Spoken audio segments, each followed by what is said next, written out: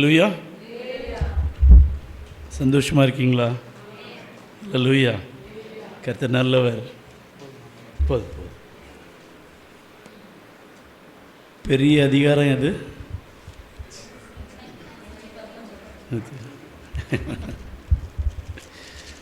சின்ன அதிகாரம் நடுவான அதிகாரம். அது வேதத்தில் நடுவான அதிகாரம். சொல்லுங்கள். 118. அந்த மூணுக்கும் ஒரு தொடர்பு இருக்குது. நடுவான வசனம் இது 118:8. அது வாசிங்க. மனுஷன் மேல் நம்பிக்கை வைக்காமல் யார் மேலே நம்பிக்கை வைக்கணும்? பார்க்கிலும் இப்போதே நலம். அல்லேலூயா. இது மறக்காதீங்க. பெருசு 119, சின்னது 117, நடுவான அதிகாரம் வந்து 118, நடுவான வசனம் 118:8. சரியா? அது பாருங்கள், என்ன மாதிரி வசனத்தை ஆண்டவர் நடுவில் வச்சிருக்கிறாரு. அல்லேலூயா. இந்த உலகத்தின் நடுமையம் அது. உலகத்திலே நடுமையம் அது பெத்லஹேம். பெத்லஹேம் ஏசப்பா பிறந்த ஊர். அல்லேலூயா. சரியா? பரலோகத்தின் பாஷை அது. அது எப்படி தெரியும்? நம்ம போகலையே, அப்படி தானே. பரலோகத்தின் பாஷை எபிரேய பாஷை. அல்லேலூயா. பாஷை அது. எல்லாம் சொல்லுவாங்க மண் தோன்றி கல் தோன்றா காலத்துக்கு முன்பாக இருக்கிற மூத்த தமிழ். அதெல்லாம் உள்ள முதல் பாஷை எபிரேய பாஷை தான். அல்லேலூயா. சரியா? வேதம் எந்தெந்த பாஷையில் எழுதப்பட்டது? எபிரேயோ, கிரேக்கு, லத்தீன், அராமிய மொழி. இந்த 4 மொழிகள்னு எழுதப்பட்டது. பழைய ஏற்பாடு எபிரேயும் அராமிய மொழியும், புதிய ஏற்பாடு கிரேக்க லத்தீன் மொழியில் எழுதப்பட்டது. இந்த 119 இருக்க அந்த 22 தலைப்பு என்னன்னு தெரியுமா? எபிரேய எழுத்து எத்தனை உண்டு? 22 எழுத்து உண்டு. எபிரேய எழுத்து 22 எழுத்து உண்டு. ஆலிஃப், பெய்த், கீமத் அப்படின்னு சொல்லிட்டு ஒரு பார்த்திங்கன்னா அந்த 22 எழுத்துக்களில் ஒரு 8 வசனம் வச்சு எழுதியிருக்காங்க. ஒரு எழுத்து எழுத்தின் ஆலஃப். அந்த 8 வசனமும் ஆலஃபில் தான் தொடங்கும். நமக்கு தமிழில் வேறு இதில் தொடங்கும். அதேமாதிரி அந்த 22 எழுத்தை ஒரு எழுத்தையும் வச்சு 8 வசனம் எழுதுனது தான் அந்த 119வது சங்கீதம். அல்லேலூயா. அதுமாதிரி இன்னொன்று இருக்குது பாருங்கள், புலம்பல் புஸ்தகம். புலம்பல் புஸ்தகத்தில் பார்த்திங்கன்னா 5 அதிகாரம் இருக்குது. மொதல் அதிகாரத்தில் பார்த்திங்கன்னா 22 வசனம் இருக்கும். 22 வசனம் இந்த ஆலஃப்லேருந்து தவ் வரைக்கும் ஒரு அந்த எபிரேய எழுத்தை வச்சு அந்த வசனம் தொடங்கும். 2வது அதிகாரம். 3வது அதிகாரத்தில் பார்த்திங்கன்னா 66 வசனம் இருக்குது. அது ஒரு இதுலேயும் வந்து 3 வசனம். ஒரு எழுத்துலேயும் 3 வசனமாக இருக்கும். அல்லேலூயா. இதெல்லாம் சும்மா இது ஒன்றும் இது தெரிஞ்சனால பரலோகத்துக்கு போக முடியாது. சும்மா தெரிஞ்சு வச்சுக்கிறது நமக்கு நல்லது. அல்லேலூயா. கர்த்தர் நல்லவர். நான் மஸ்கெட்லேருந்து எப்போ இங்கே வரும்போது அங்கே சொல்ல மாட்டேன் சர்ச்சில். அல்லேலூயா. ஏன் சொல்ல மாட்டேன்னா, ஒன்றும் இல்லை, அப்படி ஒரு முக்கியத்துவப்படுத்தி நமக்காக நம்மளை சொல்லக்கூடாதுங்க ஒரே காரணத்துக்கு தான் நான் எப்போவுமே சொல்கிறது கிடையாது. நான் வரும்போது இல்லை என் பிள்ளைகள் வந்துட்டு போகும்போதோ அதை சொல்லி நம்மளை ஒரு முக்கியத்துவப்படுத்தி அங்கே ஜெபிக்கக்கூடாதுன்னு சொல்லிட்டு நான் சொல்ல மாட்டேன். ஆனால் ஒரு சில சர்ச்சில் உள்ள மூப்பர்களுக்கு மட்டும் சொல்லிடுவேன், நான் நாளைக்கு போகிறேன், இல்லை மற்ற நான் போகிறேன் அப்படின்னு சொல்லுவேன். ஆனால் இங்கேருந்து ஒரு வாட்டி போகும்போது பாஸ்டர் ஜெபம் பண்ணி அனுப்பிடுறாங்க. அல்லேலூயா. கொஞ்சம் கண்ணில் கண்ணீர் வந்துடுது. அல்லேலூயா. மற்றபடி நமக்கு சாதாரணமாக கண்ணீரே வராது. அல்லேலூயா. கொஞ்சம் சென்டிமெண்ட்டாக வரும்போது என்ன செய்யுது? கண்ணீர் வந்துடுது. அல்லேலூயா. நீங்கள் என்மேல் வைத்த அன்புக்கு நன்றி. அல்லேலூயா. கர்த்தர் நல்லவர். இன்னும் 2 நாள் தான், நாளைக்கும் வரமாட்டேன், செவ்வாய்க்கிழமை போயிடுவேன். அல்லேலூயா. அடுத்து போயிட்டு எப்போ வருவோன்னு பார்க்கலாம். மீண்டும் சந்திப்போம் இயேசுவின் நாமத்தில். அல்லேலூயா. சரி, ஒரு கர்த்தருடைய வார்த்தைக்கு நேராக போவோம். நீதிமொழிகள் 2வது அதிகாரம் எடுத்துக்கொள்ளுங்கள். நீதிமொழிகள் 2வது அதிகாரம். இந்த நீதிமொழிகள் 2வது அதிகாரத்தை நீங்கள் பார்த்தீங்கன்னா முழுக்க வேதாகமத்தை பற்றின ஒரு அதிகாரம் இது. அல்லேலூயா. கொஞ்சம் இங்கே கவனிங்க. அப்போ இந்த நீதிமொழிகள் 2வது அதிகாரம் முழுக்க வேதாகமத்தை பற்றின ஒரு அதிகாரம். இந்த நீதிமொழிகளை எழுதினது யார்? சாலமன். அல்லேலூயா. பாருங்கள், ஆவியானவர் சில சமயங்களில் அவருக்கு விருப்பமான நபர்களை வைத்து விருப்பமான அதிகாரங்களை, வார்த்தைகளை வேதத்தில் எழுதி வைத்திருக்கிறார். அவங்களுடைய ஞானத்துக்கு ஏற்ற பிரகாரமாகவும் அவங்களோட அறிவுக்கு ஏற்ற பிரகாரமும் கர்த்தர் எழுதியிருப்பார் வேதத்தில். அல்லையா? புரியுதா அவங்களுக்கு? அப்போ ஆண்டவர் அந்த படிப்பெல்லாம் பார்ப்பார்னு யோசிக்கிறீங்களா? இல்லை. சிஸ்டர் வர்ஷிப் பண்ணும்போது ஒரு வித்தியாசமாக இருக்கும், பாஸ்டர் வர்ஷிப் பண்ணும்போது ஒரு வித்தியாசமாக இருக்கும், இன்னொருத்தங்க வர்ஷிப் பண்ணும்போது ஒரு வித்தியாசம். அவங்களுடைய அந்த கர்த்தரோடு உள்ள உறவிலும் அவர்களுக்கு வேத ஞானத்திலும் எவ்வளோ தூரம் அவங்க அதில் இன்வால்வ் ஆகுறாங்களோ அதை மாதிரி ஆவியானவர் அவங்களை கொண்டு நடத்துவார். இல்லையா? அப்போ சாலமன் அந்த பெரிய ஞானி, அப்படி தானே? பெரிய ஞானி, பெரிய ராஜா. அவருடைய தாயார் பத்சேபாள் பயங்கரமான அறிவுரைகளை அவர்களுக்கு கொடுத்திருந்தார்கள். அதுபோல் அவருடைய தகப்பனார் தாவீதும் அநேக அறிவுரைகளை கொடுத்திருந்தார். அதன் மூலமாக தான் அவர் இந்த 2வது அதிகாரத்தை எழுதுகிறார். நீங்கள் 2வது அதிகாரத்தை வாசித்து பாருங்கள். 1லேருந்து 5 வரை வாசிங்க. என் மகனே, நீ உன் செவியை ஞானத்திற்கு சாய்த்து உன் இருதயத்தை புத்திக்கு அமைய பண்ணும் பொருட்டு நீ என் வார்த்தைகளை ஏற்றுக்கொண்டு என் கட்டளைகளை உன்னிடத்தில் பத்திரப்படுத்தி ஞானத்தை வா என்று கூப்பிட்டு புத்தியை சத்தமிட்டு அழைத்து அதை வெள்ளியை போல் நாடி புதையல்களை தேடுகிறது போல் தேடுவாயாகில் அப்பொழுது கர்த்தருக்கு பயப்படுதல் இன்னதென்று நீ உணர்ந்து தேவனை அறியும் அறிவை கண்டடைவாய். ஆமென். அல்லேலூயா. நீங்கள் கவனிங்க பாருங்க, சாலமோனுக்கு கர்த்தருக்கு பயப்படும் பயம் தெரியுமா தெரியாதா? அவருடைய ஆரம்ப காலத்தில் அவர் தேவனோடு பேசின ஒரு மனிதன், தேவனுக்கு மிகவும் பிரியமான ஒரு மனுஷன். அவர் பண்ணின விண்ணப்பத்தை பார்த்து ஆண்டவரே இம்ப்ரெஸ் ஆகிட்டார். இப்படி கேட்குறானடா இவன் சொல்லிட்டு அவனுக்கு எல்லாத்தையும் கொடுத்தார் ஆண்டவர். அப்போ சாலமோனுக்கு கர்த்தருக்கு பயப்படும் பயம் தெரியாமல் இருக்காது, அப்படி தானே? இன்னைக்கு கிறிஸ்தவங்களோட பிரச்சனையே இதுதான். என்ன பிரச்சனை? நமக்கு எல்லாருக்கும் என்ன தெரியும்? கர்த்தருக்கு பயப்படுற பயம் தெரியும். சொல்லுங்கள், என்னென்ன பயம் தெரியும் உங்களுக்கு? கர்த்தருக்கு பயப்படுற பயம். சர்ச்சுக்கு போகிறோன்னா ஆண்டவர் அடிப்பார், அப்படிதானே? ஜெபம் பண்ணலைன்னா ஆண்டவர் என்ன நினைப்பாரோ, பைபிள் படிக்கலைன்னா ஆண்டவர் என்ன நினைப்பாரோ, இனி நம்ம செய்கிற தப்பெல்லாம் அவர் பார்த்தாருன்னா பரலோகத்துக்கு போவோமோ? புரியுது அவங்களுக்கு? பைக்கில் போகும்போது ஆக்சிடெண்ட் வந்துடுமோ, என்ன வேறு தப்பு பண்ணியிருக்கோம். இப்படி அநேக பயம் நமக்கு கர்த்தர் மேலே இருக்குது. ஆனால் இங்கே அவர் என்ன பயத்தை குறித்து சொல்கிறாருன்னா, கர்த்தருக்கு கொடுக்கக்கூடிய கனம். அல்லேலூயா, அல்லேலூயா. கர்த்தருக்கு கொடுக்கக்கூடிய மரியாதை. அவருக்கு அவர் என்ன சொன்னார்? என்னுடைய மகிமை நான் வேற ஒருவருக்கும் கொடே. அல்லேலூயா. அப்போ பாருங்கள், கர்த்தருக்கு கொடுக்கக்கூடிய கனத்தை ஒரு தேவ பிள்ளை அறிந்து கொள்ள வேண்டும் என்றால், நீங்களும் நானும் நினைக்கிற மாதிரி சும்மா கண்டதுக்கும் பயப்படுறதுனால கர்த்தருக்கு அப்படின்னா அந்த இந்து சாமிகளை தொழுது கொள்கிறவங்களுக்கு நமக்கு ஒன்றும் வித்தியாசம் இல்லையே. அவங்களும் அப்படி தானே. இத்தனையும் பார்த்திங்கன்னா நம்மளோடையும் உண்மையிலே பயந்து கடவுளை கும்பிட்றது அவங்க தான். குளிக்காமல் சர்ச்சுக்கு போக மாட்டாங்க. நம்ம மூஞ்சி கழுவிட்டு எங்கே வேணாமல் போயிடுவோம், அப்படி தானே? அவங்க குளிக்காமல் சர்ச்சுக்கு போக மாட்டாங்க. ஆச்சாரமாக அதெல்லாம் பண்ணி தான் சர்ச்சுக்கு போவாங்க. விரதம் இருப்பாங்க. இத்தனை நாள் விரதம் இருந்தெல்லாம் நமக்கு அந்த பயம் இருக்கா? ஒன்றும் கிடையாது. உபவாச ஜெபத்துக்கு வருவோம், காலையில் 3 தோசை சாப்பிட்ருவோம். அது ஒன்றும் தப்பு இல்லையே, நம்ம ஏசப்பாக்கு தெரியும், அப்படி தானே? நான் சொல்ல புரியுதா? அப்போ அந்த பயத்தை பாருங்கள். இந்த பயத்தை இல்லைங்க சாலமோன் சொல்கிறாரு. சாலமோன் சொல்கிறது, நான் பிதாவானால் என்னுடைய கனம் எங்கே? அல்லையா? ஆண்டவருக்கு குடிக்கக்கூடிய கனம் எங்கே? அதை தான் ஆண்டவர் கேட்குறாருங்க. அதை சாலமோன் சொல்கிறாரு. அப்போ அந்த கனத்தை ஒரு மனுஷன் எப்போ கொடுக்க முடியும்னு சொல்லிட்டு அவர் இங்கே தெளிவாக எழுதி வச்சிருக்கிறார். அல்லையா? இப்போ 1வது வசனத்தை வாசிங்க பாருங்க. என் மகனே, நீ உன் செவியை ஞானத்திற்கு சாய்த்து உன் இருதயத்தை புத்திக்கு அமைய பண்ணும் பொருட்டு. பாருங்க, ஞானம்னா என்ன? ஞானம்னா என்ன சொல்லுங்க? ஞானம்னா கர்த்தருடைய வார்த்தை. அல்லையா? என்ன சொல்லுவாங்க? என் மகனே, உன் செவியை ஞானத்திற்கு சாய்க்கணும். அல்லையா? அப்போ என்ன செய்யணும்? கர்த்தருடைய வசனத்தை நீ அறியணும். கர்த்தருடைய வசனத்துக்கு எப்படி செவியை சாய்க்க முடியும்? கர்த்தருடைய வசனத்தை கேட்கணும். அல்லையா? பைபிள் படிக்கும்போது எப்படி படிக்கிறோம்? எப்படி படிப்பீங்க சொல்லுங்கள்? தெரியலையே. படிக்கிறீங்களா? இப்போ கொஞ்சமாக எல்லாம் கை வைத்துனீங்க. அல்லையா? எப்படி படிக்கிறீங்க? பைபிள் படிக்கும்போது எப்படி படிக்கிறீங்க?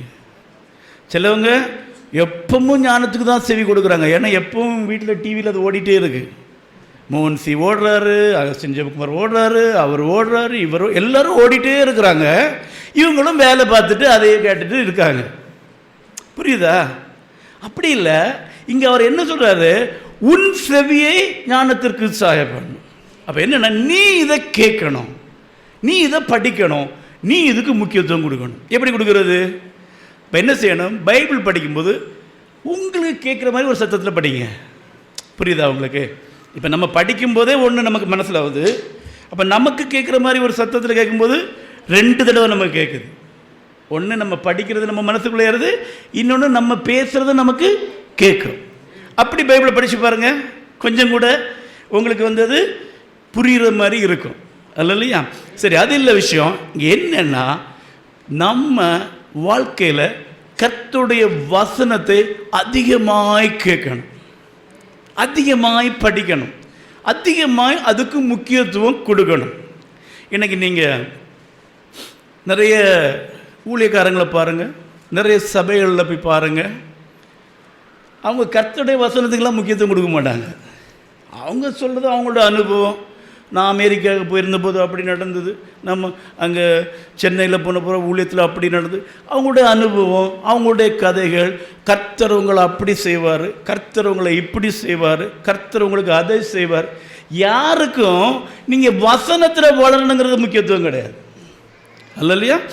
அவங்களுக்கு என்னென்னா, அவங்களுடைய இதையை சொல்லி உங்களை சிரிக்க வச்சு உங்களை அட்ராக்ட் பண்ணி ஏதாவது பண்ணிட்டு போயிடுவாங்க. அல்ல இல்லையா? ஆனால் சாலமோன் என்ன சொல்கிறாரு? இது சாலமோன் சொன்னதில்லை, இது தாவீது சொன்னதில்லை, பத்சேபாள் சொன்னதில்லை, அவருடைய பிள்ளைகளாகிய நமக்கு தேவ ஆவியானவரே சொல்கிற விஷயம். என்ன சொல்கிறார் தெரியுமா? உன் செவியை ஞானத்துக்கு சாய்த்து. அப்போ ஒரு சபையில் ஒரு ஊழியக்காரர் எதை பேசணும்? வசனத்தை பேசணும். அல்ல இல்லையா? வசனத்துக்கு முக்கியத்துவம் கொடுக்கணும். அல்ல இல்லையா? நல்லா யோசிச்சு பாருங்க. ஃபுல்லாக வசனத்தை பேசினா வரமாட்டாங்க. புரியுதா உங்களுக்கு? இன்றைக்கி மக்களுக்கு தேவை என்ன சொல்லுங்கள்? சுகம் வேணும், அபிஷேகம் வேணும், ஆசீர்வாதம் வேணும், நோய் குணம் ஆகணும், வேலையே செய்யாமல் கடன் தீர்ந்துடணும். புரியுதா உங்களுக்கு? கேட்டால் ஏசப்பா செய்வார். நீயோ கடன் வாங்க மாட்டாய், அநேகருக்கு கடன் கொடுப்பாய். அநேகருக்கு கடன் கொடுக்கணும்னா எப்படி பண்ணணும்? ஏதாவது வானத்திலேருந்து பொத்து விழணும். அல்ல இல்லையா? இல்லைன்னா நம்ம ஆண்டவர் ஃபைனான்ஸ் கம்பெனி வச்சுருக்கணும். அல்ல இல்லையா? தாங்க ஐயா நான் கொடுக்குறேன்னு சொல்லிட்டு வாங்கி கொடுக்கலாம். அல்ல இல்லையா? அப்படி இல்லை. இன்றைக்கி ஜனங்களை ஊழியக்காரர்கள், சபைகள் வஞ்சித்து கொண்டிருக்கின்றன. ஆசீர்வாதம், அது இது, செழிப்பு, நீ ஒன்ஸ் ரட்சிக்கப்பட்ட ஆல்வேஸ் சேவ்டு, இப்படிலாம் சொல்லி அப்படியெல்லாம் நடக்கவே நடக்காது. அல்ல இல்லையா? கர்த்தருடைய வார்த்தைக்கு நீ செவி கொடுக்கணும். அல்ல இல்லையா? கர்த்தருடைய வார்த்தைக்கு தான் முக்கியத்துவம் கொடுக்கணும். அப்போ அதை எப்படி கொடுக்க முடியும்? நீ படிக்கணும். அல்ல இல்லையா? அதுக்குன்னு ஒரு டைம் எடுத்து, அதுக்குன்னு ஒரு அதிகால நேரத்தை ஒதுக்கி, முழங்காலையோ எப்படியோ நின்று சத்தமாய் நீ கேட்குற மாதிரி படிக்கணும். படிக்கும்போது அது உங்களுக்கு 2 விதம். ஒன்று நீங்கள் படிக்கிறீங்க, இன்னொன்று அந்த சத்தத்தை கேட்கும்போது ஆவியானவர் உங்களுக்கு இடைப்படுவார். அப்போ கர்த்தருடைய வார்த்தையை நீங்கள் அதிகமாய் படிக்கணும். அல்ல இல்லையா? இப்போ சொல்லுங்கள், எத்தனை பேர் காலையில் பைபிள் படிச்சிங்க? அல்ல இல்லையா? சத்தமாக படிங்க, கர்த்தருடைய வார்த்தைக்கு முக்கியத்துவம் கொடுங்க. அல்ல இல்லையா? அல்ல இல்லையா? அடுத்து என்ன சொல்லி பாருங்க, உன் இருதயத்தை புத்திக்கு அமைய பண்ணும் பொருட்டு. அப்போ படிக்கிறது மட்டும் இல்லை, அந்த வசனத்தை எங்கே வைக்கணுமா? உன் இருதயத்தில் வைக்கணும். அல்ல இல்லையா? படிக்கிறது எல்லாரும் படிப்பாங்க. அல்ல இல்லையா? சரி, என்னை காலையில் திருப்பி ஒருக்கா கேட்குறேன், என்னடா இவன் இதே கேட்டிருக்கான்னு நினைக்காதீங்க. எத்தனை பேர் பைபிள் படிச்சிங்க? படிச்சிங்க. இன்னும் யார்கிட்ட கேட்க? கர்த்தர் உங்கள்கிட்ட இன்றைக்கி என்ன வார்த்தை பேசினார்? புரியுதா உங்களுக்கு? அப்போ நம்ம வேதம் படிக்கும்போது கவனமாய் படித்து அதை எங்கே கொண்டு வைக்கணுமா? உதரில் படிச்சுட்டு போகிறதில்ல, ஒரு காதில் கேட்டு இன்னொரு காதில் விடுறதில்ல. அதை எங்கே கொண்டு வைக்கணும்? இருதயத்தில் கொண்டு வைக்கணும். இருதயத்தில் கொண்டு வைக்கும்போது தான் அது உங்களுக்குள்ள இருந்து பேசிகிட்டே இருக்கும். இல்லையா? அந்த வார்த்தையை நீங்கள் அன்னைக்கு பகல் ஃபுல்லாக சொல்லிகிட்டே இருக்கணும். திருப்பி திருப்பி திருப்பி திருப்பி சொல்லணும். அந்த வசனத்தை திருப்பி திருப்பி திருப்பி திருப்பி நீங்கள் சொல்லிகிட்டே இருக்கணும். அதுதாங்க தியானம். இல்லையா? அப்போ அந்த வார்த்தை என்ன செய்யணும்னா உங்களை நடத்தும். அந்த வார்த்தை உங்கள் வாழ்க்கையில் பிரயோஜனமாய் மாறும். அந்த வார்த்தை உங்கள் கால்களுக்கு தீபமும் உங்கள் பாதைக்கு வெளிச்சமாய் மாறும். அந்த வார்த்தை உங்களை உயிர்ப்பிக்கும். இல்லையா? அல்லாம சும்மா அதிசயம் அற்புதம் அதுக்கு நேர இருதயத்தை போட்டு ஓட்டாதீங்க. ஓட வேண்டியது கர்த்தருடைய வார்த்தைக்கு நேராய். இல்லையா? கேட்க வேண்டியது கர்த்தருடைய வார்த்தையை, முக்கியத்துவம் கொடுக்க வேண்டியது கர்த்தருடைய வார்த்தையை. இல்லையா? அப்போ வேதத்தை வாசிப்பது மாத்திரமல்ல, அது வாயினால் சொல்வது மாத்திரமல்ல, இருதயத்தில் கொண்டு போய் அதை என்ன செய்யணும்? பதிய பண்ணணும், பத்திரப்படுத்தி வைக்கணும். இல்லையா? இல்லையா? எத்தனை பேர் உங்கள் பிள்ளைங்களுக்கு நைட்டு வசனம் சொல்லி கொடுத்து சொல்ல வச்சு படுக்க வைக்கிறீங்க? சொல்லுங்க. ஒரு ஆள் கை தூக்கி இருக்கு.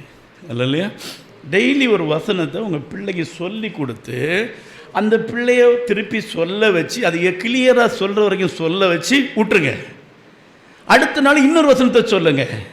சொல்லி கொடுத்து சின்ன சின்ன வசனம் போதும், பெரிய பெரிய வசனத்தை சொல்லிடாதீங்க. முதல்ல இயேசு கண்ணீர் விட்டார சொல்லி கொடுங்க. புரியுதா உங்களுக்கு? ரெண்டாவது இன்னொரு வசனத்தை சொல்லி கொடுங்க. அந்த ரெண்டாவது நாள் முந்தின நாள் சொன்னதை இதையும் சேர்த்து சொல்ல வைங்க. அந்த பிள்ளை சாவுதற்கு அந்த வார்த்தையை மறக்காது. இளமரத்தில் என்ன இளமையில் கல்வி பசுமரத்து ஆணி போல மறக்கவே மறக்காது. இப்படி படிக்க வைங்க பிள்ளைங்களை. இல்லையா? பாருங்க, வார்த்தையை எங்கே கொண்டு வைக்கணுமா? உன் இருதயத்தை புத்திக்கு அமைய பண்ணும் பொருட்டு. அப்போ வார்த்தையை எங்கே கொண்டு வைக்கணும்? இருதயத்துக்கு உள்ள கொண்டு வைக்கணும். அதுக்கு அடுத்த வசனத்தை பாருங்க. நீ என் வார்த்தைகளை ஏற்றுக்கொள்ளணும். இல்லையா? வார்த்தைகளை என்ன செய்யணுமா? ஏற்றுக்கொள்ளணும். அப்போ இதுலேருந்து என்ன தெரியுது? எதை ஏற்றுக்கொள்ளக்கூடாது? வார்த்தை சொல்லாத எதையுமே ஏற்றுக்கொள்ளக்கூடாது. இல்லையா? ஈசாக்கு விதை விதைத்தான், கர்த்தர் அவனை எப்படி ஆசீர்வதித்தாரா? எப்படி ஆசீர்வதித்தார்? 100 மடங்கு ஆசீர்வதித்தார். இல்லையா? ஈசாக்கு போய் விதைக்க போறன்னு போய் ஜெபம் பண்ண போனாரா? இல்லையா? இல்லையா? இன்னைக்கு என்னத்துக்கெல்லாம் ஜெபம் நடத்துகிறாங்க தெரியுமா? விவசாயிகள் ஜெபம், பிஸ்னஸ் மேனுக்குன்னு தனி ஒரு ஜெபம், நோயாளிகளுக்குன்னு ஒரு ஜெபம், பரீட்சை எழுத போகிற பிள்ளைகளுக்கு 3 நாள் கேம்பு போட்டு ஒரு ஜெபம். ஆனால் எல்லாத்துக்கும் நீங்கள் பைசா கொடுக்கணும். அப்போ தான் ஜெபிப்பாங்க, சும்மா ஜெபிக்க மாட்டாங்க. புரியுதா உங்களுக்கு? கர்த்தர் என்ன சொல்கிறாரு? நீ என்ன சொல்ற பாருங்க, என் வார்த்தைகளை ஏற்றுக்கொள். அப்போ ஒருவனுடைய வழிகள் கர்த்தருக்கு பிரியமாக இருந்தால் தான் காரியம் நடக்கும். அப்போ ஒருவனுடைய வழிகள் எப்போ கர்த்தருக்கு பிரியமாக இருக்கும்? கர்த்தருடைய வார்த்தையின்படி நடக்கிறதுனால. இல்லையா? வாலிபன் எதனால் தன் வழியை சுத்தம் பண்ணுவான்? அவருடைய வசனத்தின்படி தன்னை காத்து கொள்ளுகிறதுனாலே. அப்போ இங்கே என்ன தெரியும் பாருங்க, இன்னைக்கு கிறிஸ்தவங்களுக்கு விசேஷமாக நம்ம பெந்தேகோஸ்தே ஆட்களுக்கு தேவை என்ன தெரியுமா? அதிசயம் நடக்கணும், அற்புதம் நடக்கணும், ஜெபிச்ச ஒன்று நடக்கணும். இல்லையா? மக்களுக்கு ஏதாவது ஒரு அற்புதம் நடந்துடாதா? இன்னைக்கு ஏதாவது ஒன்று சம்பவிச்சிடாதா? ஒரு அக்கினி அப்படியே வானத்திலிருந்து என் மேலே இறங்கினாதா? அக்கினி இருந்தால் நம்ம என்ன ஆகும் சொல்லுங்க? எரிஞ்சு போவோம். இல்லையா? மக்கள் இன்னைக்கு ஏற்றுக்கொள்றதெல்லாம் வேற. கர்த்தர் என்ன சொல்றாரு? என் வார்த்தைகளை ஏற்றுக்கொள். இல்லையா? அவருடைய வார்த்தை எப்படி? இருபுறமும் கருக்குள்ள பட்டயம். அது சிலச்சு நம்மளையும் வெட்டும், அவங்களையும் வெட்டும். இல்லையா? தேடி தேடி தேடி வாசிக்க கூடாது. இல்லையா? இன்னைக்கு ஜனங்கள் என்ன செய்யறாங்க தெரியுமா? தங்களுக்கு விருப்பமானதை தேடி வாசிக்கிறாங்க. அதுக்கு ஈஸியான ஒரு புஸ்தகம் சங்கீதம். நேராக கையை நடுவில் விட்டால் எங்கே தான் போய் நிற்கும்? சங்கீதத்துக்குள்ளே தான் போய்க்கும். அந்த கை விட்டதை அப்படியே பிடிச்சி வச்சு படிக்கிறது. அங்கிருந்து கர்த்தரின் மேய்ப்பராக இருக்கிறார். ஓ, என்ன ஒரு வசனம்ப்பா! புரியுதா உங்களுக்கு? இன்னைக்கு நிறைய பேர் இதுதான் பண்ணுறாங்க. அப்புறம் என்ன தெரியுமா சொல்றாரு? அது என்ன சொன்னாலும் அதை ஏற்றுக்கொள். இல்லையா? அது நன்மையானாலும் தீமையானாலும் அதை ஏற்றுக்கொள். அது உன்னை குத்துனாலும் குத்தல்னாலும் அதை ஏற்றுக்கொள். அது உன்னை கடிந்து உணர்த்தினாலும் அது உன்னை கண்டித்தாலும் அதை ஏற்றுக்கொள். இன்னைக்கு மக்களுக்கு அதெல்லாம் ஏற்றுக்கொள்ளக்கூடிய தன்மை இல்லை. ஆபிரகாமிட்ட ஆண்டவர் என்ன சொன்னார்? உன் ஏக சுத்திரனும் உன் ஏக சுதனுமாகிய ஈஸ்க கொண்டு போய் பலி கொடுக்க சொன்ன. நீங்களும் நான் ஒத்திருப்போம். அது கர்த்தருடைய வார்த்தைன்னு சொல்லுங்க. ஒத்திருப்போமா ஒத்திருக்க மாட்டோமா? சொல்லுங்க. என்ன சொல்லுவோம்? இதுக்கு பிசாசுக வேலைதான், இது பிசாசுக சத்தம். ஆபிரகாமுக்கு தெளிவாக தெரிஞ்சது இது கர்த்தருடைய வார்த்தை. அவன் என்ன தெரியுமா? கல்லுகளினாலே பிள்ளைகளை உண்டாக்க வல்லவர் என்று அறிந்திருந்தான். இல்லையா? அவன் பாருங்க ஹெசிடேட் பண்ணவே இல்லை. சொன்ன உடனே கூட்டு போயிட்டான். அவங்க அம்மாட்ட கூட சொல்லலை, நேராக பலி கொடுக்க போயிட்டான். இல்லையா? யோபுக்கு வந்த நிலைமையை பாருங்க. ஒரே நாளில் அவ்வளவும் போச்சு, எல்லாம் போச்சு. எப்படிதானே? யோபுக்கு ஒய்ஃப் வந்து என்ன சொன்னாங்க? நீர் தேவனை தூசித்து இன்னும் உம்முடைய உத்தமத்தில் உறுதியாக இருக்கிற நம்மளை அந்த என்ன சொல்லியிருப்போம் சொல்லு. அந்த பிள்ளைகள் அவ்வளோ யாருக்கு பிள்ளைகள் தான்? யோபுக்கு பிள்ளைகள் யாருக்கும் பிள்ளை தான். யோபுக்கு மனைவிக்கும் பிள்ளைகள். நல்ல யோசிங்க. ராஜாவாக இருந்த ஆள் ஒரே நாளில் எல்லாம் போச்சு. உங்கள் வீட்டுக்காரருக்கு ஒரு சுகம் இல்லாமல் ஆகி கிட்டத்தட்ட ஒரு 2 வருஷம் இல்லை ஒரு மாதம் பெட்டில் இருக்காருன்னு வைங்க, உங்களுக்கு எப்படி இருக்கும்? யோபுக்கு மனைவியை பற்றி கர்த்தர் எங்கேயா குற்றம் சொல்லியிருக்கிறாரா? சொல்லவே இல்லை. ஏன் தெரியுமா? நம்ம படிக்க தான் எப்படி இருக்கு.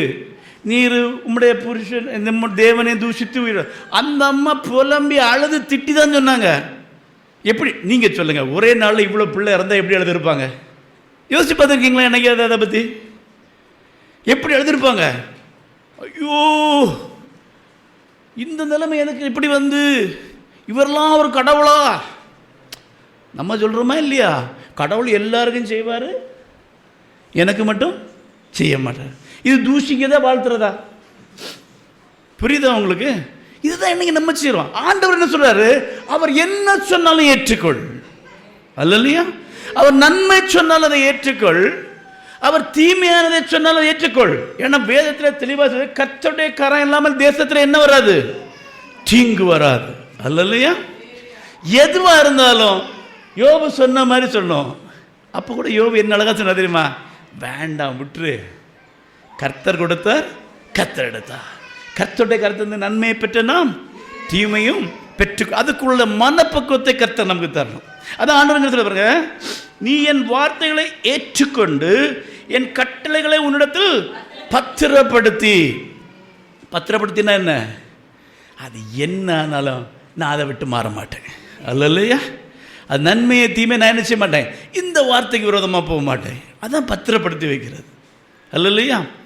நம்ம நீதிமொழிகளை எப்படி படிப்போம்? கட்ட கட்ட கட்ட கட்ட கட்ட கட்டன்னு. அது 31 அதிகாரம் வர வசதியாக இருக்குது. டெய்லி 1 அப்படிதானே? நிறைய பேர் 30 இது படிப்பாங்க. நீதிமொழிகள் டெய்லி ஒரு அதிகாரத்தை படித்து முடிச்சிடுவோம். யோசிச்சு பாருங்கள். அவர் சொல்கிறாரு, அந்த கட்டளைகளை என்ன செய், பத்திரப்படுத்திக்கொள். பத்திரப்படுத்துறன்னா எப்படி? எதை பத்திரமா வைப்போம்? புரியலன்னு நினைக்கிறேன். எதை பத்திரமா வைப்போம்? உங்ககிட்ட ஒரு 50,000 ரூபா இருக்குது, அதை ஹாலில் போட்டு வச்சுருப்பீங்களா? அதை எப்படி வைப்பீங்க? பத்திரமா பூட்டி, அந்த பீரோக்குள்ளே இன்னொரு பூட்டை போட்டு பூட்டி, அடுத்து இன்னொரு பூட்டி, அந்த கதவை பூட்டி, அதுக்கு வெளியில் இன்னொரு கதவை பூட்டி, கேட்டை பூட்டி, கேட்டுக்குள்ள 2 பூட்டு போட்டு எல்லாம் போட்டு தான் உள்ளே வைப்போம். வைப்போமா வைக்க மாட்டோமா? எதை வைப்போம்? எது முக்கியமோ அதை பத்திரமா வைப்போம். அப்போ ஆண்டவர் என்ன சொல்றாரு? என் கட்டளைகள் மிகவும் முக்கியம், என் வார்த்தை மிகவும் முக்கியம், என் வார்த்தை உனக்கு ஜீவனை கொண்டு வரும், அதை நீ என்ன செய், பத்திரப்படுத்திக்கொள். அல்லேலூயா, அல்லேலூயா. இன்னைக்கு நம்ம பைபிளை பத்திரப்படுத்தி வைக்கிறோம், அதுக்குள்ள இருக்க வார்த்தையை விட்டுறோம். அல்லேலூயா. இப்போ எதை பத்திரப்படுத்தணும்? கர்த்தருடைய கட்டளைகளை, கர்த்தருடைய வார்த்தையை, வேத வசனத்தை, தேவ வார்த்தையை மிகவும் பத்திரப்படுத்தி வைக்கணும். அல்லேலூயா. அப்போ என்ன செய்யணும்? இந்த வார்த்தைக்கு தான் முக்கியத்துவம் கொடுக்கணும். அல்லையா? அப்போ நம்முடைய வாழ்க்கையில் எது முக்கியம் பாருங்க. பணத்துக்கு கொடுக்க முக்கியத்தை நம்ம இது கொடுக்க கிடையாது. அப்படி தானே? சில வீட்டில் போய் பாருங்க, பைபிள் எங்கே கிடக்கும் தெரியுமா? அதாங்க நீங்க கிடக்கும். புரியுதா உங்களுக்கு? சில வீட்டில், மேக்சிமம் வீட்டில் தலையணை கிட்ட தான் இருக்கும். ஏன்னா பிசாசு ராத்திரி வந்துடக்கூடாதே, அதுக்கு வேண்டி தலைக்கிட்ட தான் வச்சுருப்பாங்க. பைபிளை உங்கள் வீட்டில் முக்கியமான ஸ்தானத்தில் வைங்க. பணத்தை பாதுகாக்கோட மேலே இதை பாதுகாத்து வைங்க. இதை படிக்கிறது அப்படி தான், இதுக்குடைய கணமும் அப்படி தான். அதே மாதிரி வேதத்தை முக்கியமான இடத்துல வைங்க. உங்கள் வீட்டில் உள்ள எல்லாத்த விடவும் இதுக்கு கனத்தை கொடுங்க. ஹல்லேலூயா. எத்தனை பேர் அப்படி வச்சுருக்கீங்க உங்கள் வீட்டில்? எல்லாத்துக்கும் சும்மா கை வைத்தப்படாது, வீட்டில் வந்து பார்த்துருவேன். நான் சொல்ல புரியுதா? நீங்கள் எதுக்கு கனம் கொடுத்து பாருங்கள், இது உங்களை கனம் படுத்தும். இல்லையா? இதை பத்திரப்படுத்தி பாருங்கள். அதுக்குன்னு மற்றவர் சொல்லிட்டாருன்னு சொல்லிட்டு அழகாக ஒரு புதிய பீரோ வாங்கி மேலே ஒரு அறையை வச்சு அதில் வச்சு விட்டுருவாங்க. இதை எங்கே வைக்கணும்? முக்கியத்துவப்படுத்தணும். அதுதான் மேட்ரு. Give the honour. அதை ஹானர் பண்ணுங்க, அதுக்கு முக்கியத்துவம் கொடுங்க. கர்த்தருடைய கட்டளைகளை பத்திரப்படுத்துங்க. எதுக்கு பத்திரமா கொடுப்போம்? முக்கியமான காரியத்துக்கு. அவ்வளோ முக்கியமாய் கர்த்தருடைய வார்த்தைக்கு முதலிடம் கொடுங்க. அல்லையா? அடுத்த வசனத்தை வாசிங்க. கூப்பிட்டு ஞானத்தை வான்னு கூப்பிடணுமா? ஞானம்னா என்னது? வசனம். அப்போ என்ன செய்யணும்? அழைக்கணும். யாரை அழைப்போம் சொல்லுங்க? யாரை அழைப்பீங்க? வழியில் போகிறோம் வரோன்னு எல்லாம் வான்னு கூப்பிடுவோமா? நம்ம கூப்பிட மாட்டோம். யார் உண்மையிலே நம்ம வரணும்னு விரும்புகிறோமோ அவங்கள என்ன செய்வோம்? வாங்க வாங்கன்னு கூப்பிடுவோம். அப்படி தானே? அப்படியே புத்தி எப்படி கூடணுமா? சத்தமிட்டு அழைத்து. இப்போ நம்ம சாதாரணமாக கூப்பிடுவோம் ஒருத்தங்களை, ஏ வாப்பா வீட்டுக்கு வந்துட்டு போ. வருவாங்களா உடனே? இல்லை வரல, கொஞ்சம் வா வந்துட்டு போ. எப்போ பார்த்தாலும் இது. அப்போ வருவாங்களா வர மாட்டாங்களா? வருவாங்க. புரியுதா உங்களுக்கு? அது பாருங்கள், ஞானத்தை வாய்ந்து கூப்பிட்டு. அப்போ அவங்களுக்கு அப்போ கர்த்தருடைய வார்த்தைக்கு அழைக்கிறதுக்கு என்ன செய்யணும்? அதுக்கு முக்கியத்துவம் கொடுத்து அந்த வார்த்தையை கனம் பண்ணி அதை ஏற்றுக்கொண்டு அதை சத்தமாக என்ன செய்யணுமா? அழைக்கணும். அல்லையா? அந்த வார்த்தை உங்களுக்குள்ள பதியணும்னா, அந்த வார்த்தை உங்களுக்குள்ள வரணும்னா என்ன செய்யணும்? சத்தமாய் படிக்கணும். அல்லையா? அதை நீங்கள் கேட்கணும். படிக்கும்போது உங்கள் காதில் கேட்கணும். சும்மா டமா டிமான்னு இன்றைக்கி 9 அதிகாரம் படிக்கணும்னு படிச்சிடக்கூடாது. அல்லையா? அப்படி படிச்சிங்கன்னா அது என்ன செய்யாது? எங்கேயும் வராது. பக்கம் கழிஞ்சிட்டே போகும். வார்த்தை எங்கே போகாது? பத்திரப்படாது. அதுக்கு வந்துட்டு அது போயிட்டே இருக்கும். அல்லையா? அப்போ இந்த வார்த்தை நமக்கு பிரயோஜனம் உள்ளமாக மாறணும் என்றால், இந்த வார்த்தை நம்முடைய வாழ்க்கையில் கிரியை செய்ய வேண்டும் என்றால், இந்த வார்த்தையினால் கை கொள்ளுற அநேக ஆசீர்வாதங்களை கீழே எழுதி வச்சிருக்கிறார் ஆண்டவர். அதெல்லாம் நம்முடைய வாழ்க்கையில் வர வேணும்னா அந்த வார்த்தைக்கு நம்ம என்ன செய்யணும்? முக்கியத்துவம் கொடுத்து அழைக்க வேண்டும். அடுத்தது வாசிங்க. அதை வெள்ளியை போல் நாடு. வெள்ளியை போல. வெள்ளின்னா என்ன? வெள்ளி இன்னைக்கு யாருக்கும் வேண்டாம். அப்படி தானே?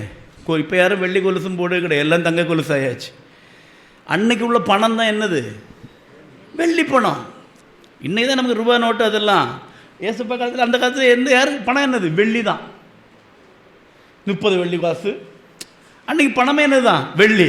அது எப்படி நாடணுமா? இன்னைக்கு பணத்தை நம்ம எப்படி நாடுறோம்? வேலைக்கு போகிறீங்களா எல்லாரும்? ஆமாம். எதுக்கு போகிறீங்க? டைம் பாஸுக்காக போகிறீங்க. பணம் சம்பாதிக்க தானே. அப்போது ஒரு பணத்தை சம்பாதிக்க நீங்கள் எவ்வளோ பிரயாசம் எடுப்பீங்களோ அதை போல எதுக்கு முக்கியத்துவம் கொடுக்கணும்? கர்த்தருடைய வார்த்தைக்கு. அல்லையா?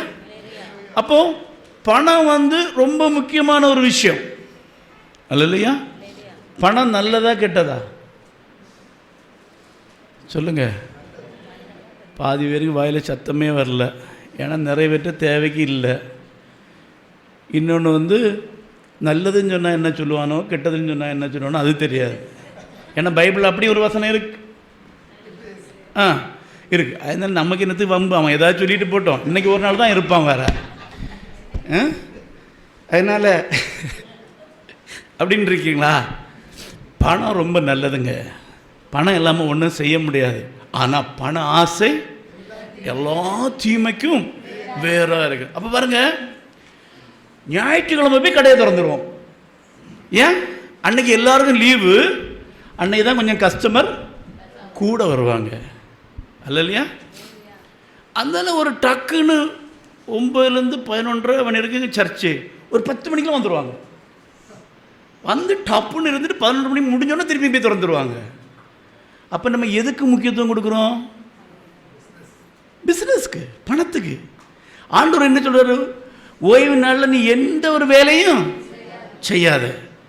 ஆனால் இங்கே பாருங்க, காலையிலேருந்து சாயங்காலம் வர வேலை பார்த்து சாப்பிட கூட முடியாது, அப்படிலாம் வேலை பார்ப்பாங்க. என்ன வேலை பார்த்து? நமக்குன்னு வேலை பார்த்தாலும் சரி, அடுத்தவங்களுக்கு வேலை பார்த்தாலும் சரி, கவர்மெண்ட்டில் வேலை பார்த்தாலும். ஏன்னா கடமை அவ்வளோ முக்கியம். பண்ணிவிட்டு ராத்திரி வீட்டில் வந்து எடுத்து சாப்பிட்டுட்டு குளிச்சுட்டு பைபிள் படிக்க போனோம், என்ன வரும்? டயர்டாக இல்லை வந்திருக்கிறோம். புரியுதா உங்களுக்கு? அப்போ வந்து என்ன வரும்? பைபிளை திறந்தோன்னா அது அழகா தாலாட்டம். இயேசு உன்னை நேசிக்கிறார், கர்த்தர் உன் மேய்ப்பராய் இருக்கிறார். ஏன்னா நம்ம அங்கே தானே விரல விடுவோம். கர்த்தர் உன்னோடு கூட இருப்பார், அவர் உன்னை விட்டு விலகவும் மாட்டார், உன்னை கைவிடவும் மாட்டார். இதெல்லாம் சொன்ன உடனே நம்ம சந்தோஷத்தை உறங்கிடுவோம். இது என்ன செய்வோம்? ஆனால் ஆண்டவர் என்ன சொல்லுமா? இந்த பணத்தை நீ எப்படி தேடுறாயோ, நீ வெள்ளியை எப்படி தேடுறாயோ, இந்த உலக பொருளான வெள்ளிக்கு பணத்துக்கு நீ எவ்வளவு முக்கியத்துவம் கொடுக்கிறாயோ, அதை போல நீ என்னத்தை தேடு? என் வார்த்தையை தேடு. அல்லேலூயா. அடுத்தது என்ன பண்ற பாருங்க, புதையல்களை தேடுவது போல தேடுவாயாகில். புதையல்களை எப்படி தேடுவாங்க சொல்லுங்க? எங்கே போர்டு போட்டிருக்கா? தண்ணி கூட எங்கே இருக்குன்னு கண்டுபிடிச்சிடலாம். ஒரு கம்பை வச்சு என்ன பிடிச்சி கண்டுபிடிச்சிடறாங்க தண்ணி இங்கே இருக்குன்னு. புதையல் எப்படி கண்டுபிடிக்கிறது? புதையல் எப்படி கண்டுபிடிக்கிறது? கேள்விப்பட்டிருக்கோம், அப்படி தானே? ஒரு காலத்தில் அவங்களுக்கு புதையல் கிடச்சான் அப்படின்லாம் கேள்விப்பட்டிருக்கிறோம். புதையல் வந்து இன்னைக்குள்ள சட்ட பிரகாரம் புதையல் எடுத்தால் என்னது? சட்ட விரோதம். உடனே யாருக்கு சொல்லணும் தகவல்? கவர்மெண்ட்டுக்கு கொடுக்கணும். அது நம்ம விலையில் கிடைச்சாலும் கவர்மெண்ட்டு தான் கொடுக்கணும். புரியுதா? புதையலை தோண்டி எடுத்தால் சட்டவிரோதமான ஒரு விஷயம். அதுக்கு தான் கவர்மெண்ட்டே சில அதிகாரிகளை நியமித்து புதையலை தேட வச்சுருக்காங்க. சீரடியில் அகழ்வாராய்ச்சி அது இது நடந்துகிட்டே இருக்கு தெரியுமா? அங்கங்கே இதெல்லாம் என்னென்னா புதையலை தேடுது தான். அந்த காலத்தில் மண்ணுக்குள்ளே புதைஞ்சு போனது அது இதெல்லாம் தேடிக்கணும். இந்த புதையலை தேடும்போது எப்படி தேடுவாங்க? இங்கே ஒரு போர்டு வச்சு நமக்கு இதில் கண்டிப்பாக புதையல் இருக்குன்னு நம்ம கரெக்டாக தோண்டி எடுத்துருவோம். எங்கே இருக்குன்னே தெரியாது. அப்போ என்ன செய்யணும்? இந்த விரல் விட்டு தேடக்கூடாது. புரியுதா? மொத்தத்தில் தேடணும். அது எப்படி? கவனமாக தோண்டணும். தோண்டும் போது எப்படி தோண்டணும்? கவனமாக தோண்டணும். எல்லா இடத்துலையும் தோண்டணும். வாங்கி தோண்டிட்டோம்னா இப்போ யாரும் மண்வெட்டி வச்சு வெட்ட மாட்டாங்க. இப்போ எல்லாம் புல்டோசர். வாங்கி இறங்கிட்டோம்னா என்ன ஆயிரும்? புதையல் நாசமாயிரும். அப்போ என்ன செய்யணும்? கவனமாக எல்லா இடத்துலையும் தேடி எல்லா இடத்துலையும் தோண்டி புதையலை பத்திரமா வெளியெடுக்கணும். அல்லையா? இந்த உலகத்தில் நீங்கள் பெற்றுக்கொண்டதும் பெற்றுக்கொள்ள போகிறதுமான எல்லா புதையலை காட்டிலும் மேலான புதையல் கர்த்தருடைய வார்த்தை. அல்லையா? இதை விடவும் மேலானது வேற ஒண்ணுமே கிடையாது. அப்ப இதை தேடும்போது மிகவும் பத்திரமாய் தேடணும், முழுவதும் தேடணும். வேதம் முழுவதும் ஆராய்ந்து பார்த்து பார்த்து பார்த்து எனக்குள்ள புதையல் எங்க இருக்குது. அல்லையா? பாருங்க, புதையலை தேடு மாதிரி இந்த வேத வசனத்தை நம்ம என்ன செய்யணும்? தேடும்போது அப்பொழுது இவ்வளவு நீ செஞ்சு தேடினாதான் என்ன கிடைக்கும் உனக்கு? என்ன செய்யும்?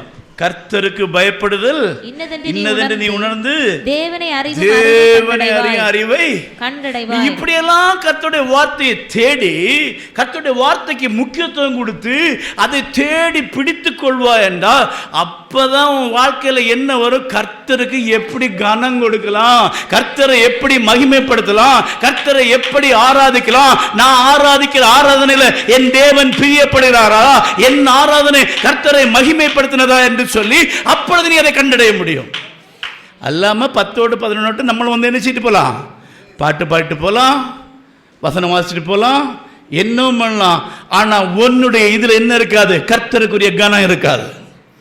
கர்த்தரை நீ மகிமைப்படுத்த மாட்டா. அல்லையா? கர்த்தரை கனம் பண்ணி கர்த்தருக்கு மகிமை கொடுக்கணும். நீ கர்த்தருடைய வார்த்தைக்கு இவ்வளவு கனம் கொடுக்கணும்.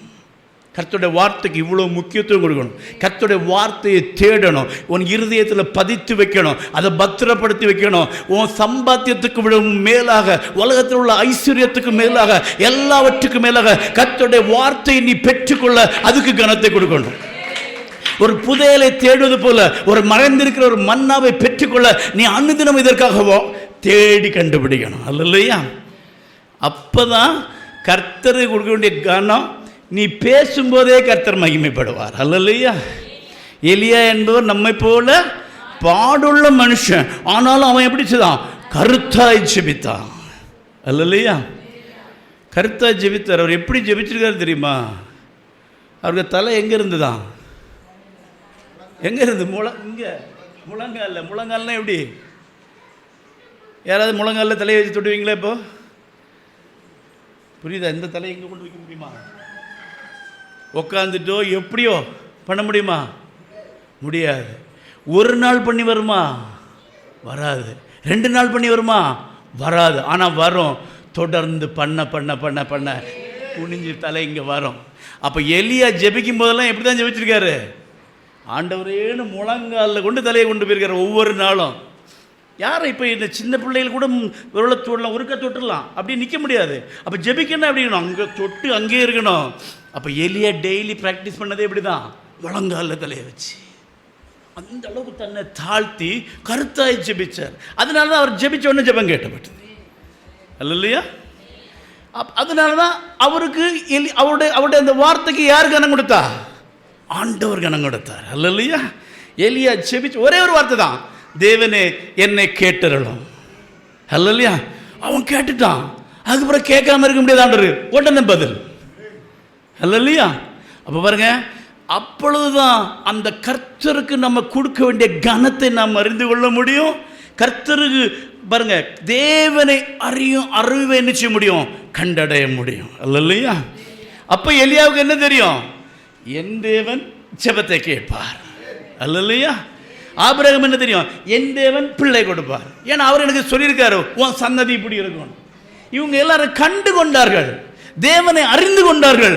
எப்படி? கர்த்தருடைய வார்த்தையை அறிந்து கொண்டார்கள், கர்த்தருடைய வார்த்தைக்கு செவி கொடுத்தார்கள். கர்த்தருடைய வார்த்தை அவங்களுக்கு தெரிஞ்சது, இது கர்த்தருடைய சத்தம் தான். இல்லையா? அப்ப கர்த்தருடைய வார்த்தைக்கு முக்கியத்துவம் கொடுங்க. தயவு செய்து இந்த அதிசயம், அற்புதம் இதுக்கு பின்னாடிலாம் போகாதீங்க. இப்ப அடுத்த வசனத்தை வாசிங்க. ஞானத்தை தருகிறார், அவர் வாய் நின்று அறிவும் புத்தியும் வரும். அல்லேலூயா. பாருங்க, ஞானத்தை தருகிறது யாரு? கர்த்தர்.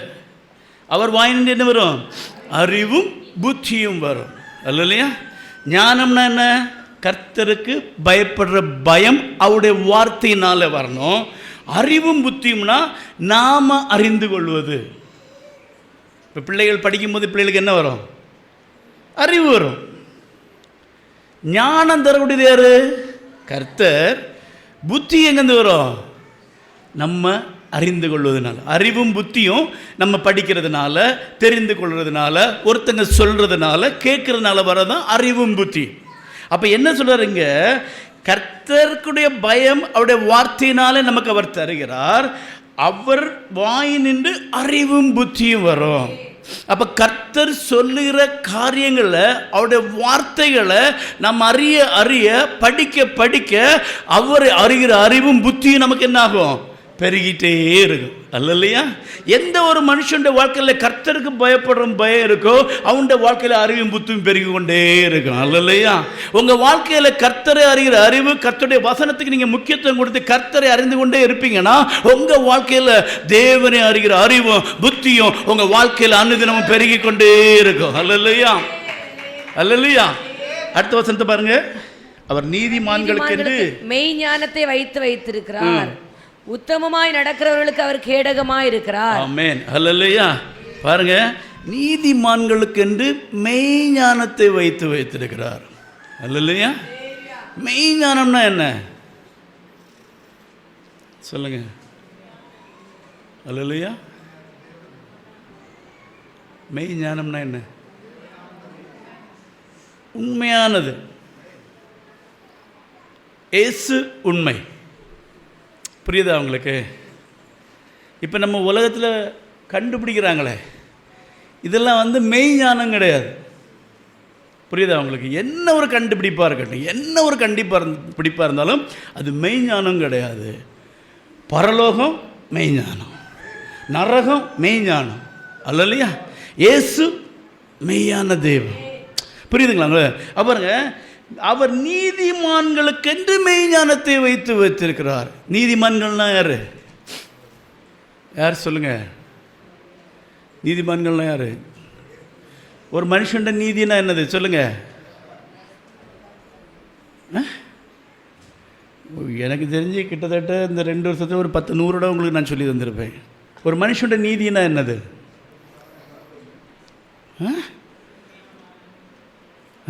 உண்மையாக வாழணும். உண்மையாக வாழணும். இப்போ வாழுது பொய்யா? வேத வசனம், ஜெபம், சபை கூடி வருது. இந்த 3 தான் ஒரு மனுஷனுடைய வாழ்க்கையில் நீதியான காரியங்கள்.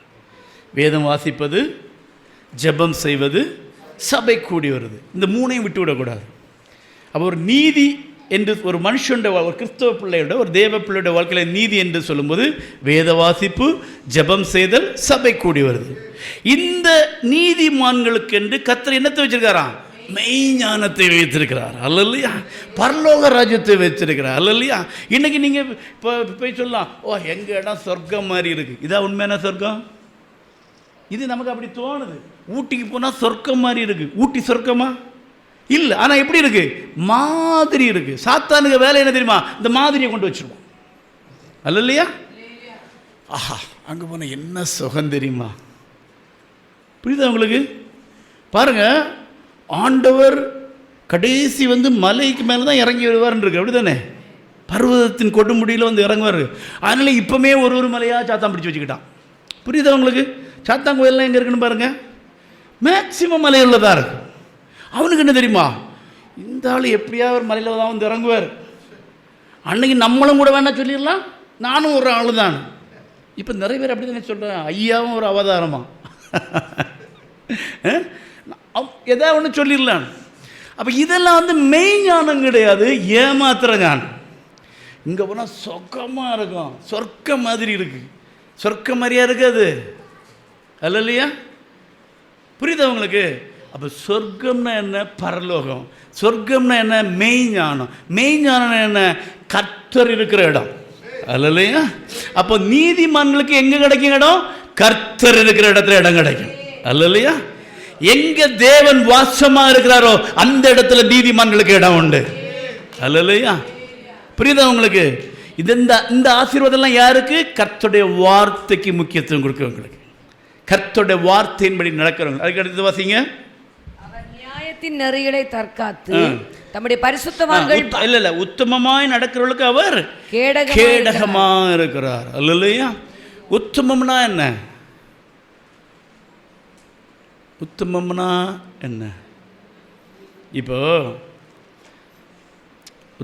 உத்தமர்கள்னா வேற யாரும் இல்லை, வேதத்தின்படி நடக்கிறவர்கள். வேற நமக்கு தெரிஞ்ச உத்தமர்கள் நிறைய உலகத்தில் இருக்காங்க.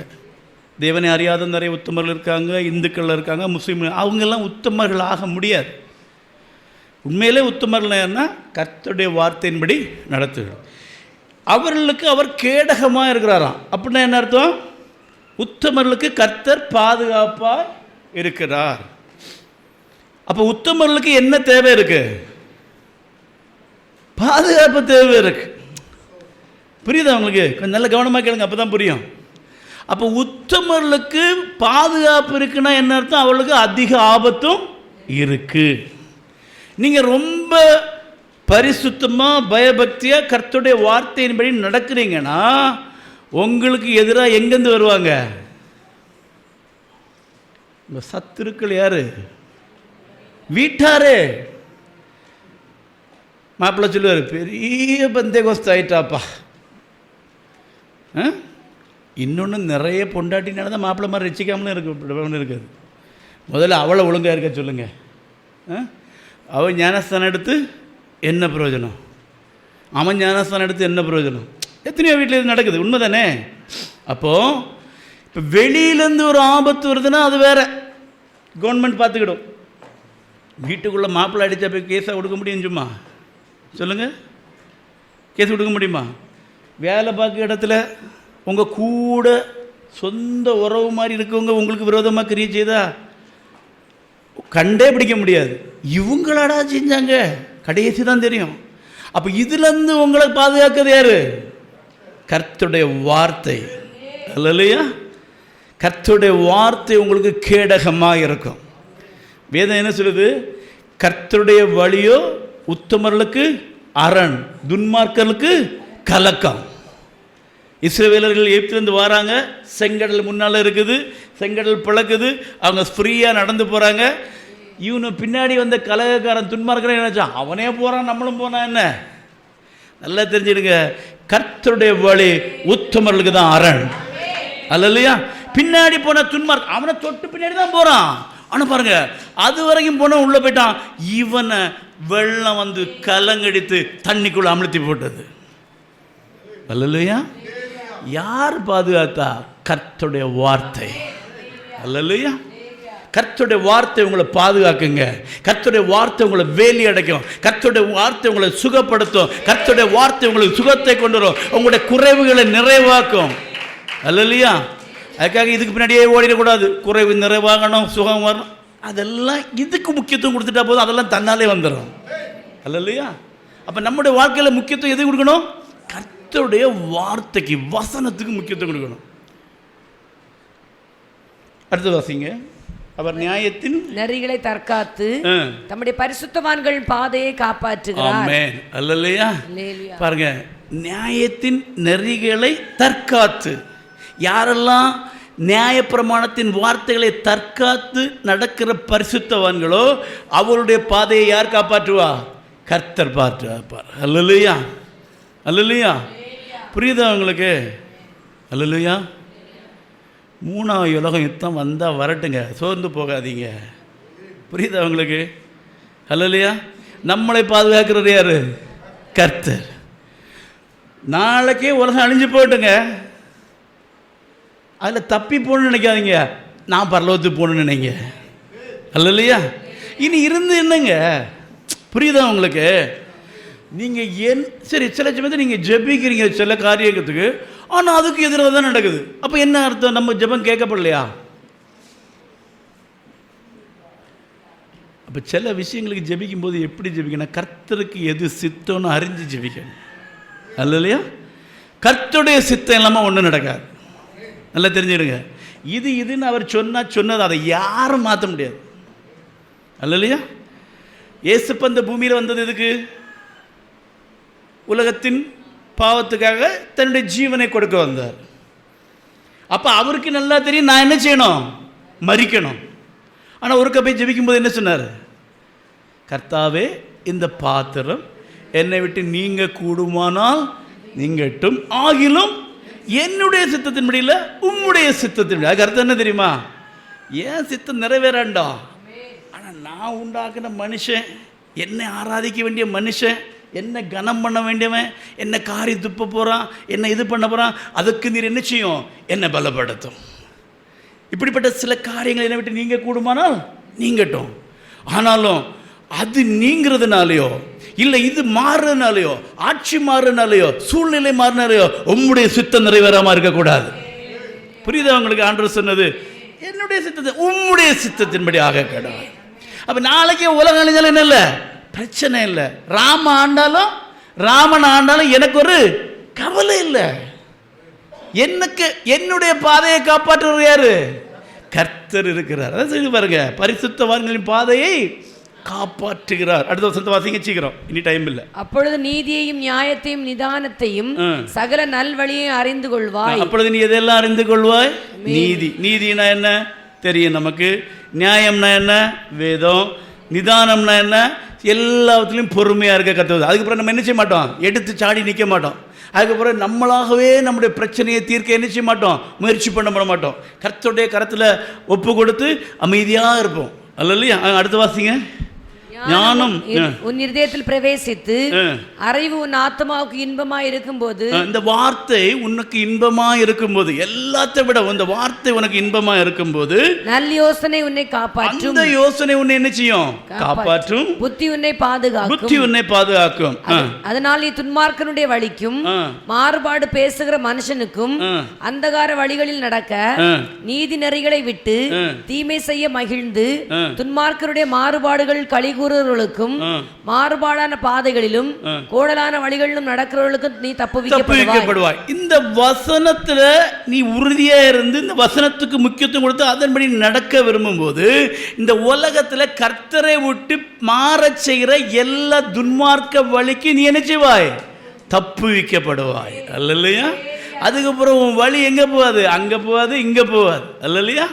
அப்ப எதுக்கு தான் முக்கியத்துவம் கொடுக்கணும்?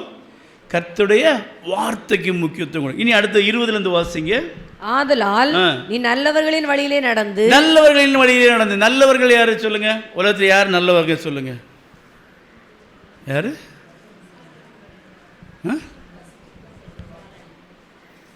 ஏசப்பாவை பார்த்து ஒருத்தர் எப்படி கூப்பிட்டாரு? நல்ல போதகரே. அதுக்கு ஏசப்பா என்ன சொன்னாரு? நீ என்னை நல்லவன் என்று சொல்வானேன், பிதா ஒருவர் தவிர. அவரே அப்படி சொல்லிட்டாரு. அப்போ உலகத்தில் யாராவது நல்லவங்க உண்டா?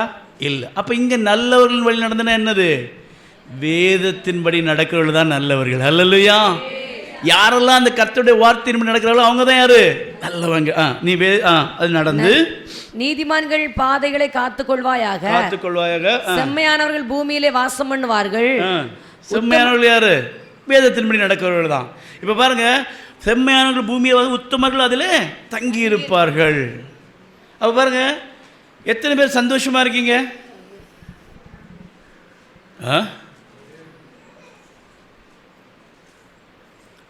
எப்படி இருக்கீங்க?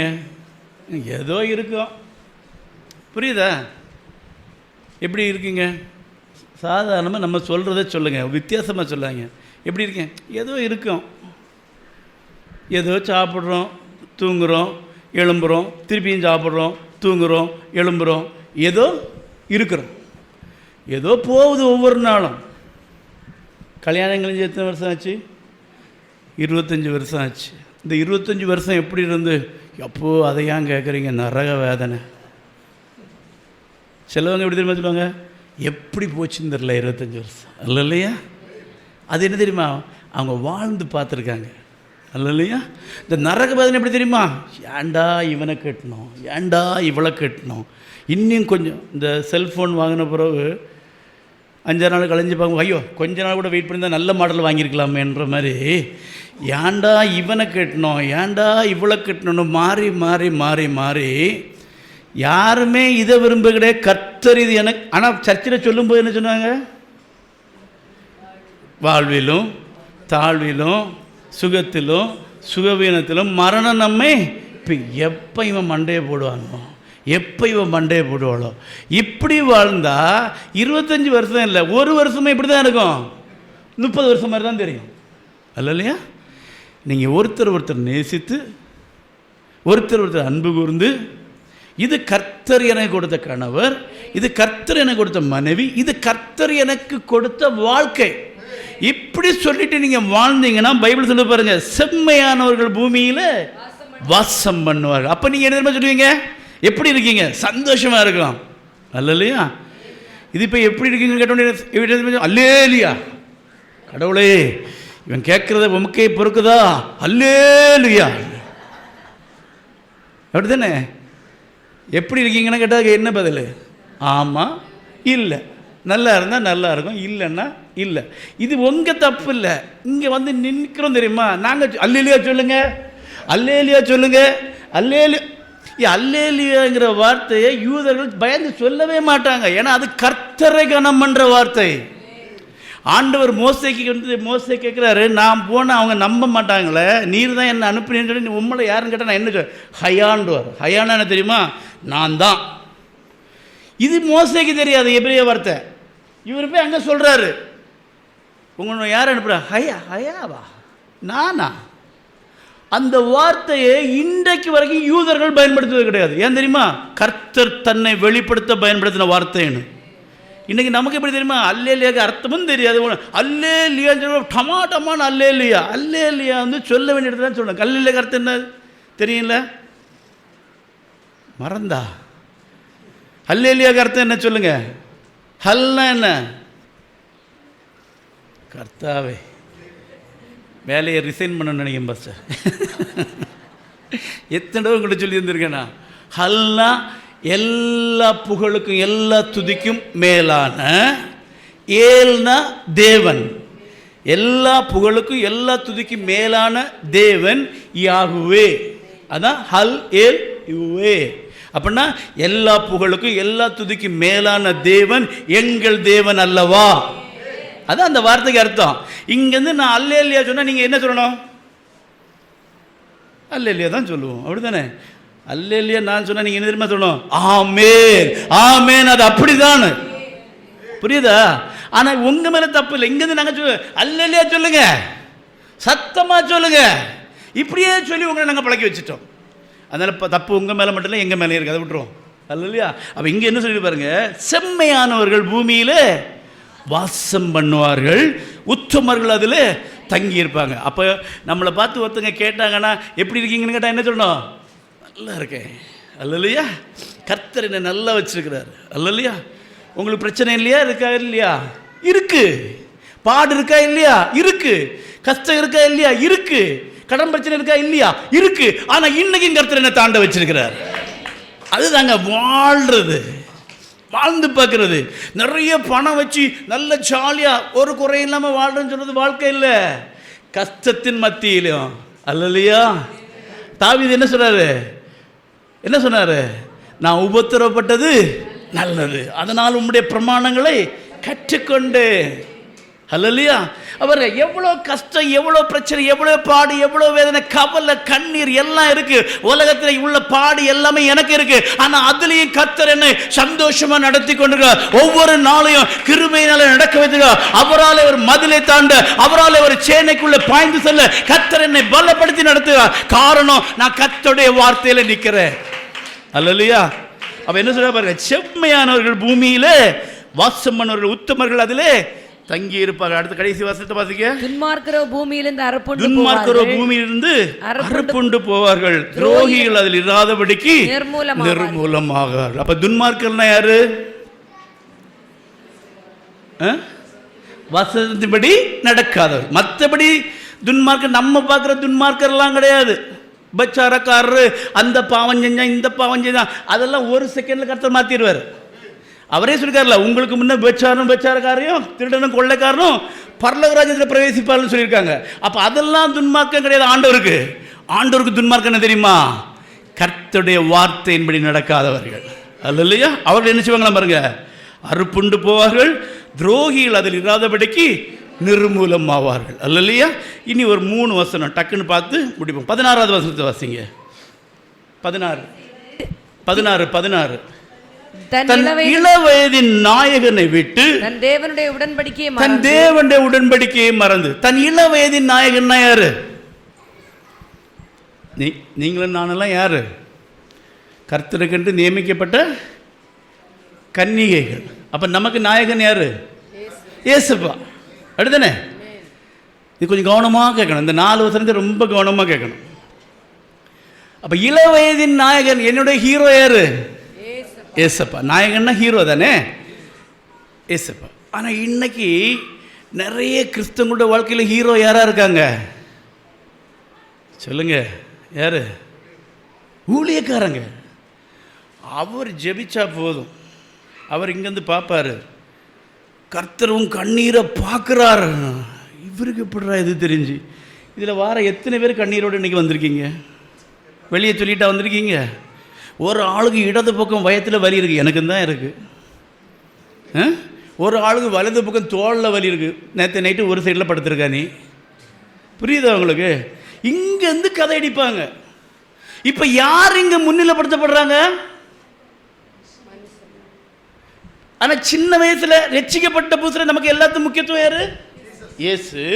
நாட்கள் செல்ல செல்ல செல்ல அந்த இயேசு மறக்கப்பட்டு ஒதுக்கப்பட்டு இப்போ இங்கே நிற்கிற பாஸ்டர் நல்லவர் ஆயிட்டார். கையில் தொட முடியுமா நம்மளெல்லாம்? சொல்லுங்கள். நாசியில் சுவாசம் உள்ள மனுஷனை நம்பலாமா? நம்ப முடியாது. ஆனால் பைபிள் அழகாக சொல்லுவாங்க, இளவயதின் நாயகனை விட்டு உடன்படிக்கையை மறந்து. உடன்படிக்கை என்ன?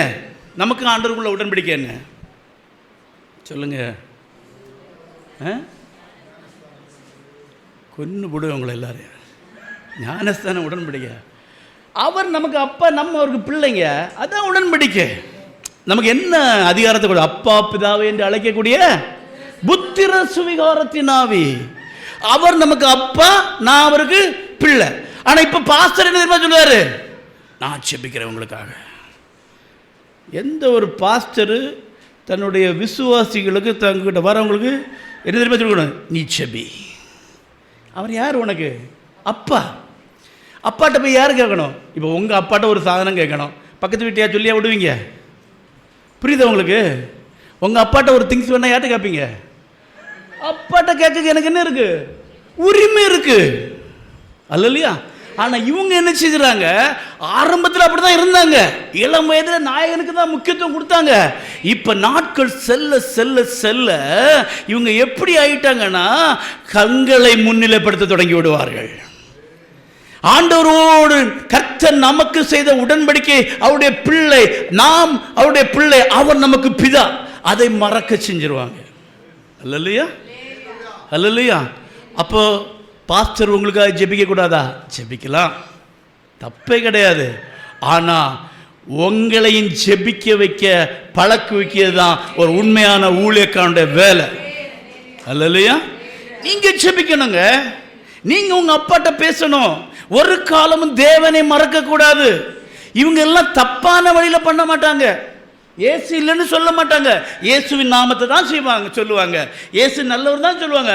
ஆனால் அவரை கொஞ்சம் பின்னாடி வச்சுருவாங்க. பைபிள் தானே சொல்லுது, உங்கள் இளவயதின் நாயகனை மறந்து.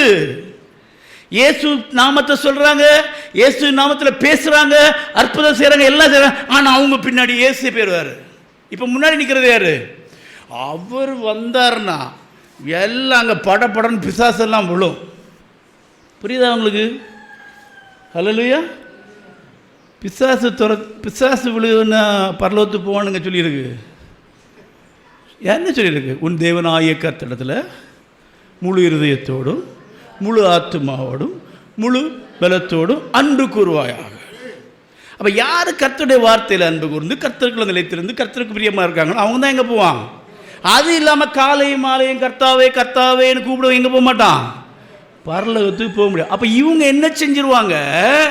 இயேசு நாமத்தை தான் சொல்லுவாங்க, இயேசு நாமத்தை தான் ஜெபிப்பாங்க, இயேசுவை தான் சொல்லுவாங்க. ஆனால் இப்போ முன்னாடி தெரியாது இயேசுவா இவரா? இயேசுவா இவரா? இயேசுவின் கிருபை ஊழியங்கள்னு போட்டிருப்பாங்க. அங்கே பெரிய போட்டால் யாருக்கு போட்டிருக்கோம்? யாருக்கு போட்டிருக்கோம்? இயேசப்பாக்க போட்டாயா? சரி, இயேசப்பாக்க போட்டா இல்லைன்னு வைங்க, யாருக்கு போட்டிருக்கோம்? இதை பார்க்கவனுக்கு இயேசுவின் கிருபை ஊழியர்கள் தெரியுமா, மற்றவருக்கு போட்டா தெரியுமா? மற்றவர் அங்கே வராரு, அப்படிதானே? அசின் ஜெயக்குமார் அண்ணா அங்கே வராரு, மோகன்சி அண்ணா அங்கே வராரு, இவர் இங்கே வராரு, அவர் பயங்கர தீர்க்கதரிசி. அப்போ நீங்கள் அன்னைக்கு 2 தீர்க்கதரிசியை கூட்டு வந்தீங்களா? அப்போ ஏன் கூட்டு வந்தீங்க? மன்னிச்சுக்கிடுங்க. எங்கள்கிட்ட கேட்டாங்க ஒரு வாய்ப்பு வாங்கி தர முடியுமா? வாங்க ஏதாவது. ஆனால் நாங்கள் அங்கேருந்து ஜெபிச்சுட்டு தான் இருந்தோம். ஆண்டவரே, எதையாவது எங்கள் பிள்ளைகளை ஏமாற்றி விட்டுரு போயிடக்கூடாது, குழப்பி விட்டுரு போயிடக்கூடாது. நாங்கள் அங்கேருந்து ஜெபிச்சுட்டு தான் இருந்தோம். நான் பாஸ்ட்டு என்ன பாஸ்ட்டு நல்லா ஜெபிங்க. ஏன்னா வரவங்க என்ன வேணால் அதுக்கப்புறம் வரமாட்டாங்கல்ல. ஒரு நாள் கூத்து தானே, என்ன வேணாலும் ஆகிட்டு போயிடலாம்ல. வருஷம் ஃபுல்லாக கஷ்டப்படுறது அவர் தானே. புரியுதா? ஏன்னா இந்த 4 வசனத்துலேயும் இந்த கள்ள உபதேசத்தை எதுக்கு தெரியுமா ஒப்பா சொல்லியிருக்கு? விபச்சாரத்துக்கு ஒப்பா சொல்லியிருக்கு. ஏன்னா ஒருத்தன் விபச்சாரத்தில் விழுந்தவன் திடீர்னு திரும்பி வரவே முடியாது. அதுபோல தான் கள்ள உபதேசத்தில் போனவனை திருப்பி கொண்டு வர்றது ரொம்ப கஷ்டம், அல்லையா? உங்களுக்கு தெரியுமா தெரியாது, உலகத்திலே மோசம் வந்து கள்ள உபதேசம் தாங்க, அல்லையா? விபச்சாரம் விபச்சாரி கூட ஒரு இயேசப்ப சந்திச்சா வந்துடுவாங்க. ஏன்னா இவங்க வரமாட்டாங்க. ஏன் வரமாட்டாங்க சொல்லுங்க? இவங்களுக்கு என்ன நாமத்தை தான் சொல்லி கொடுக்குறாங்க? இயேசுவின் நாமத்தை தான் சொல்லி கொடுக்குறாங்க. இயேசுவே வழி. கேட்டிருக்கீங்களா அந்த இதெல்லாம்? இந்த 7th டே இதெல்லாம் வேறு ஒன்றும் இல்லை, நேர நரகம்தான், அதில் மாற்றமே இல்லை. நீங்கள் எழுதி வச்சுக்கிடுங்க, நான் சொல்கிறேன். அல்லேலூயா. பிதா குமாரன் பரிசுத்தாவி, ஏசப்பா பிதா பரிசுத்த, இந்த 3ஐயும் விசுவாசிக்காதவன் போகவே முடியாது. ஏசு மட்டும்தான் வழினா அப்போ பிதாவும் பரிசுத்தாவியும் இல்லையா? இன்னொருத்தங்க யெகோவா விட்னஸ், அவர் பிதா மட்டும்தான் உண்டுன்னு. ஐயோ, அவங்கள்ட்ட எல்லாம் நீங்கள் போய் பேசுனீங்கன்னா கடவுளே, கீழே உள்ள வசனத்தை படிங்க. அவளுடைய வீடு 17 இச்சகமான வார்த்தைகளை பேசி அந்நிய பெண்ணாகிய பரஸ்திரீக்கும் தப்புவிக்கப்படுவாய். பாருங்க, இச்சகமான வார்த்தை. இச்சகமான வார்த்தை என்ன தெரியுமா? நம்மளை மயக்கக்கூடிய வார்த்தை. அழகா சொல்லுவாங்க, கர்த்தர் உங்கள் இருதயத்தை அறிந்திருக்கிறார். இன்னைக்கு ஏதோ ஒரு போராட்டத்தில் நீங்கள் வந்திருக்கீங்க. யாருக்கு போராட்டம் இல்லை? காலையிலேருந்து விடிய போராட்டம் தான் நமக்கு. அப்போ இவங்க எப்பா கடவுளே வந்து சொன்ன மாதிரி இருக்கும், அப்படிதானே? தெய்வம் என்னோட ஒரு காரியம் സംസാരിക്കുന്നു, ഞാൻ പിന്നെ പറയാണ്. இப்படி ஒருத்தர் சொல்லி உங்கள்கிட்ட சொன்னாலே நினச்சிட்டா இது கள்ள உபதேசம், இது கள்ள ஊழியக்காரர். கர்த்தர் பேசணும்னா யார்கிட்ட பேசணும்? உங்கள்கிட்ட பேசணும். அப்போ ஆண்டவர் பேச மாட்டாரா? ஊழியர்கிட்ட பேசுவார். பேசாமல் இருக்க. எப்போ பேசுவார் தெரியுமா?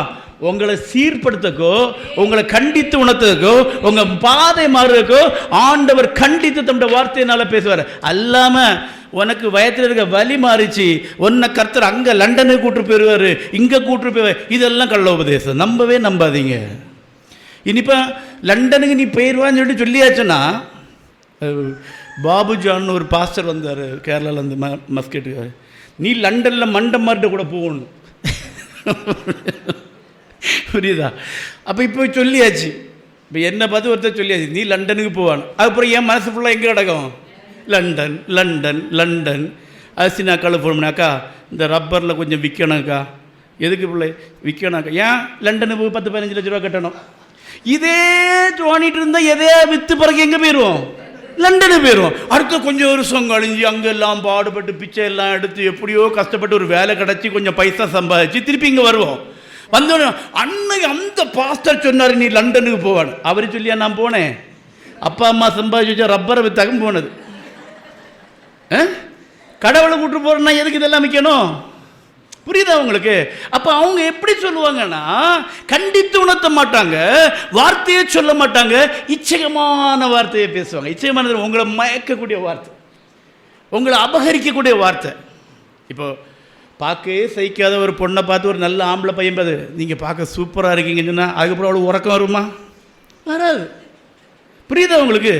அது மாதிரி தான் இங்கேருந்து சொல்லுவாங்க, கர்த்தர் உங்களை பார்க்குறார், கர்த்தர் உங்களை தொடுறார், கர்த்தர் உங்கள் கூட இருக்கிறார். அப்போ நேற்றுக்கு வரைக்கும் இல்லையா கடவுள்? இன்னிலும் தான் இருக்கிறாரா? இதெல்லாம் இச்சகமான வார்த்தை. கவனமாக இருக்கணும். புரியுதா? இச்சகமான வார்த்தைகளை பேசும் அந்நிய பெண்ணாகிய பரசு. அந்நியன்னா என்ன தெரியுமா? ஆரோன் வந்து தேவனால் நியமிக்கப்பட்ட பிரதான ஆசாரியர். அவர் தான் என்ன செய்யணும்? அந்த அக்கினியெல்லாம் கொண்டு வந்து செலுத்தணும். இப்போ யாரெல்லாம் கொண்டு வராங்க? நாதாவும் எலியவும் கொண்டு வராங்க. அப்போ என்ன சொல்லுது? அந்நிய அக்கினியை தேவ சமூகத்தில் கொண்டு வந்தோன்னா கர்த்தருடைய சமூகத்திலிருந்து அக்கினி இறங்கி அவங்கள என்ன செய்யிட்டு அடிச்சுட்டு போட்டது. அப்போ என்ன இருக்குன்னா, அவர் கட்டளையிடாத ஒன்றை கொண்டு வந்தா அது என்னது? அவருக்குள்ளது. ஆனால் இவங்க என்னதான் சொல்லுவாங்க? அந்த அக்கினியை கொண்டு வந்து எங்கே தான்? தேவ சமூகத்தில் தான், பலிபீடத்தில் தான். அவருக்கு தான் செலுத்தினாங்க. ஆனால் கர்த்தர் என்ன சொல்றாரு? அது என்னுடைய அக்கினி இல்லை, அது யாரு? வேற அக்கினி. அல்லையா? அப்ப இந்த இச்சகமான வார்த்தைகளை பேசி உங்களை மயக்கிற வார்த்தைகளை பேசுறவங்க இயேசுவின் நாமத்தில் பேசினாலும் அது இயேசுவின் வார்த்தை இல்லை. அல்லையா? அது அந்நிய அக்கினி தான். அல்லையா? இயேசுவின் வார்த்தை என்ன தெரியுமா? அது வார்த்தையின்படி இருக்கணும். அல்லையா? அல்லையா? தயவு செய்து ஏமாந்துடாதீங்க. அல்லையா? நான் உங்களுக்கு சொல்கிறேன், பாஸ்டர் எனக்கு ரொம்ப கஷ்டம், ஒரு பிரச்சனை, நான் ஜெபம் பண்ணிட்டு சொல்லேன், கர்த்தர் என்ன சொல்லு, இப்படி யாராவது சொன்னால் நம்பாதீங்க. அதே மாதிரி உங்கள் வாழ்க்கையில் அல்ல கிறிஸ்தவங்க நீங்கள் அறிந்து கொள்ள ஒரு முக்கியமான விஷயம் சொல்கிறேன். எந்த சூழ்நிலையிலும் ஒரு மனிதனை முக்கியத்துவப்படுத்தி, ஒரு ஊழியக்காரனை முக்கியத்துவப்படுத்தி, அவர் எனக்கு கடவுள் மாதிரின்னு சொல்லி ஓடுவீங்கன்னா நீங்கள் ஆபத்துக்குள்ளே போயிட்டுருக்கீங்கன்னு அர்த்தம். அல்ல இல்லையா? முக்கியத்துவம் எது கொடுக்கணும்? வார்த்தைக்கு. அல்ல இல்லையா? அடுத்த வசனத்தை வாசிங்க. அவளுடைய வீடு மரணத்துக்கும். மரணம் என்ன? நரகம். அந்த கள்ள உபதேசத்தில் போறவனுக்கு முடிவு என்னது? மரணம். பாருங்க, மரணத்துக்கும் அவளுடைய பாதைகள் மரித்தோரிடத்திற்கும் சாய்கிறது. அங்கதான் போவோம். அவளிடத்தில் போகிறவர்களில் ஒருவரும் திரும்புகிறதில்லை, ஜீவ பாதைகளில் வந்து சேருகிறதும் இல்லை. அப்போ இந்த கள்ள உபதேசத்தில் போனவங்களை திருப்ப முடியுமா? முடியவே முடியாது. அல்ல இல்லையா? அவங்கள திருப்பி ஜீவ பாதையில் வருவாங்களா? வரவே மாட்டாங்க. ஏன் வர மாட்டாங்க நான் சொன்னேன் தெரியுமா? யாருக்கு பேரதைட்டு தான் சொல்கிறாங்க? ஏசப்பா. இப்போ நம்ம ரட்சிக்கப்படுறதுக்கு முன்னாடி நம்ம முற்பிதாக்கள் அப்படி வச்சுக்கிடுவோமே, எப்படி இருந்தாங்க? இந்துக்களா அப்படி இப்படி இருந்தாங்க. அங்கே போகும்போது யார் நிற்பா? அங்கே ஒரு ஐயர் இருப்பார். அவர் ஏதோ ஒரு பாஷையில் பேசுவார். அந்த நமகை இந்த நமகை ஏதோ சொல்லி எடுத்து ஒரு பாஷையில் அவர் தான் நமக்கு வேண்டி எங்கே பேசுவார்? கடவுள்கிட்ட பேசுவார். ஆனால் இப்போ நமக்கு உடன்படிக்கை ஏற்படுத்தப்பட்டிருக்குது. நீங்களும் யார்? நம்ம யார்? அப்பா கிட்ட வந்திருக்கிறோம். இப்போ அந்த மாதிரி பழகி அந்த மாதிரி பார்த்து அதிலே வந்தபடினால இப்போ இங்கே நின்றுட்டு நாங்கள் என்ன சொல்கிறோமோ அது உங்களுக்கு எப்படி தெரியும்? கர்த்தருடைய சத்தம் மாதிரி தெரியும். அல்ல இல்லையா? அப்போது நீங்கள் அந்த கள்ள வஞ்சனைக்குள்ள கள்ள உபதேசத்துக்குள்ளே விழுந்து விடாமல் இருக்கணும்னா அந்த பழையதெல்லாம் மறந்து கள்ள உபதேசத்தை விட்டு ஜீவ பாதையில் வந்து சேரணும்னா இந்த வசனத்தை நீங்கள் முக்கியத்துவம் கொடுத்து கவனம் செலுத்தி அதிக சிரத்தை எடுத்து அதுக்காக பிரயாசப்பட்டு படித்து இந்த வசனத்தை உங்கள் இருதயத்தில் பத்திரப்படுத்தி வச்சாதான் நீங்கள் ஜீவ பாதையில் வர முடியும். அல்ல இல்லையா? இல்லைன்னா எவ்வளோ முயற்சித்தாலும் எது பண்ணாலும் வர முடியாது. இல்லை பாஸ்டர், நம்ம அவங்களுக்காக ஜெபிக்கலாம், ஆண்டவர் கொண்டு வருவார்ல ஜெபத்தை கேட்டு 4 நாள் போய் பேசுனீங்கன்னு வைங்க, 5ஆம் நாள் உங்களுக்கே தோணும் அவங்க சொல்கிறது கரெக்ட் மாதிரி தானே இருக்குது. ஏன்னா இங்கேருந்து தான் பேசுவாங்க, இங்கேருந்து தான் பேசுவாங்க. அதனால் அப்படிப்பட்ட கள்ள உபதேசத்தில் இருக்கவங்கள்ட்ட போய் பேசவும் செய்யாதுங்க, அவங்கள திருப்பி கொண்டு வரணும்னு நினைக்காதீங்க. வேணா ஜெபிங்க ஆண்டவர்கிட்ட. அவங்கள்ட்ட போய் 4 நாள் பேசினா நிச்சயமாக அவங்கள மாற்றிடுவாங்க. வேதம் என்ன சொல்லுது? அவங்க அவளிடத்துல போனவங்க திரும்பி வரவும் மாட்டாங்க, ஜீவ பாதையில் வந்து சேரவும் மாட்டாங்க. முடிஞ்சு போன விஷயம். அதனால் நம்முடைய வாழ்க்கையை நம்ம காப்பாற்றணும்னா, இது வருஷத்தின் 2வது மாதம் முடிய போகுது. ஒன்று செய்யுங்க, அதிக நேரம் எடுங்க. உங்கள் உலக வேலைக்கு உலக சம்பாத்தியத்தை கொடுக்க விட அதிக கணத்தை வேதத்தை கொடுங்க, அதிக சிரத்தை எடுங்க, இருதயத்தில் பத்திரப்படுத்துங்க, இதுக்கு முக்கியத்துவம் கொடுங்க. இந்த வார்த்தையை நீங்கள் உண்மையாக பிடிச்சிக்கிட்டீங்கன்னா இந்த வார்த்தை உங்களை பாதுகாக்கும், இந்த வார்த்தை உங்களை வழி நடத்தும், இந்த வார்த்தை உங்கள் வாழ்க்கையில் பிரயோஜனமாக இருக்கும். அல்ல இல்லையா? நம்ம எல்லாம் கண்களை மூடி ஜெபம் பண்ணுவோமா? அப்படியே கண்களை மூடி ஆண்டவரை நோக்கி கூப்பிடுவோமா? வசனம் தியானிக்கையில் இதயமதில் ஆறுதலே காரிருளில் நடக்கையிலே தீபமாக வழி நடத்தும் காரிருளில் நடக்கையிலே தீபமாக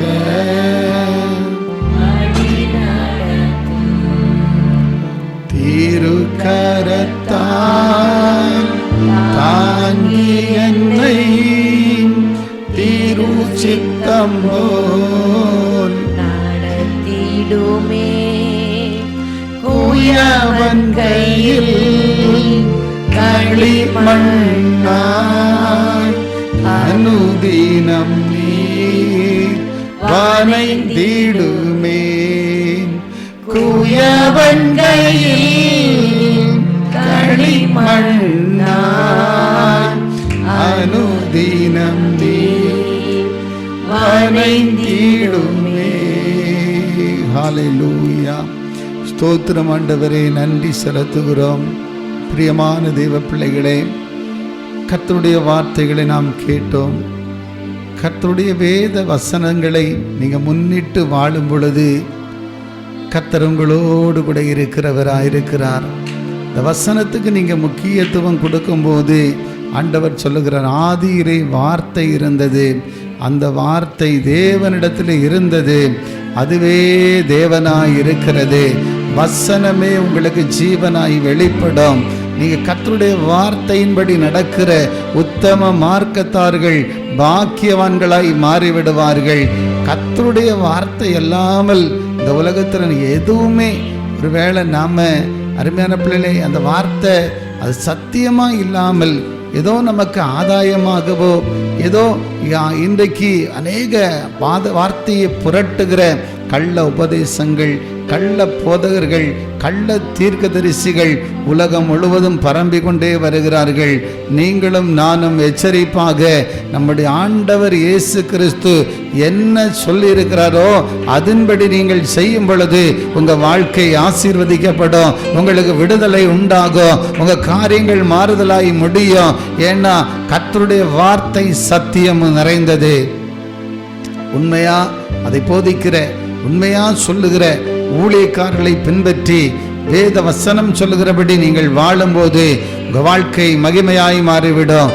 கர்த்தருடைய வார்த்தை ஒவ்வொருடைய வாழ்க்கையிலும் மாற்றங்களை, விடுதலைகளை, ஆசீர்வாதங்களை, நன்மையை கொண்டு வரும். நிச்சயமா கர்த்தருடைய வார்த்தை உயிர்ப்பிக்கிறது. கர்த்தருடைய வார்த்தை சத்தியம் நிறைந்தது. கர்த்தருடைய வார்த்தை இன்றைக்கும் ஜீவன் உள்ளது. அந்த வார்த்தை உங்க வாழ்க்கையை கட்டி எழுப்பும், உங்க குடும்பங்களை ஆசீர்வதிக்கும், அந்த உங்க வாழ்க்கையில மாற்றங்களை கண்டடைய செய்வதா மாறும். ஆண்டவர் அப்படியே இந்த நாளில் கொடுக்கப்பட்ட வார்த்தையின்படி ஒவ்வொருடைய வாழ்க்கையிலும் ஒரு பெரிய மாற்றங்களையும் விடுதலையும் தந்து ஆசீர்வதிக்க போகிறதற்காக எல்லாரும் தேவனை ஸ்தோத்திரிப்போம். ஸ்தோத்திரம், ஸ்தோத்திரம், ஸ்தோத்திரம், ஸ்தோத்திரம், ஸ்தோத்திரம். ஒருபோதும் கள்ள உபதேசம், இருதயத்துக்கு ஏற்ற போதனைகள், வஞ்சனையின் ஆவிகளை வஞ்சிக்கிற உபதேசங்கள், மக்களை எப்படியாவது ஒன்று சொல்லி ஏமாற்றி அதற்காக பிரயாசப்படுகிற மக்கள் அநேகர் பெருகிவிட்டார்கள். ஆதலால் சத்தியத்தை சத்தியமாக சொல்லி நடத்துகிற ஊழியர்கள் பெருக வேண்டும். அப்படிப்பட்ட வார்த்தைகளை கேட்டு நடப்பீர்களானால் நிச்சயமாக நீங்கள் ஒரு நாளும் இடறி போக மாட்டீங்க. உங்களுக்கு பரலோக ராஜ்யம் உண்டு, நித்திய ஜீவன் உண்டு, இயேசுவோடு வாழ உங்களுக்கு அனுக்கிரகம் உண்டு. எல்லாருடைய வாழ்க்கையில் அப்படி கர்த்தர் செய்ய போகிறார். கர்த்தருடைய வார்த்தைக்காக எல்லாரும் செவி கொடுத்து வாழ ஆண்டவரே உதவி செய்யும். பிள்ளைகளை ஆசீர்வதிங்க. இந்த சத்திய வார்த்தையை கேட்ட ஒவ்வொருடைய வாழ்க்கையும் 30, 60, 100 பலன் கொடுப்பார்களாக. ஆண்டவரே வார்த்தைகளை கொண்டு வந்த தேவதாசனை குடும்பத்தை ஆசீர்வதித்து மகிமையா மாற்றுங்க, கூட இருங்க. தொடர்ந்து வந்த எல்லாரையும் ஆசீர்வதிக்கிறதற்காக நன்றி. இந்த சத்திய வார்த்தை கேட்கிற பார்க்கிற எல்லோரையும் இயேசுவின் நாமத்தில் ஆசீர்வதிக்கிறோம். ஆண்டவரே வசனத்தின்படி வாழ்ந்த அநேகருக்கு ஆசீர்வாதமாய் மாற கிருபை செய்வீராக. இயேசு கிறிஸ்துவின் விலையேற பெற்ற நாமத்தில் ஜெபித்து ஒப்பு கொடுக்கிறேன் நல்ல பிதாவே, ஆமென். ஆத்துமாவே கர்த்தரை ஸ்தோத்திரி, என் முழுமே பரிசுத்த நாமத்தை ஸ்தோத்திரி. என் ஆத்துமாவே கர்த்தரை ஸ்தோத்திரி, கர்த்தர் செய்த சகல உபகாரங்களையும் மறவாதே. ஆமென். அல்லேலூயா.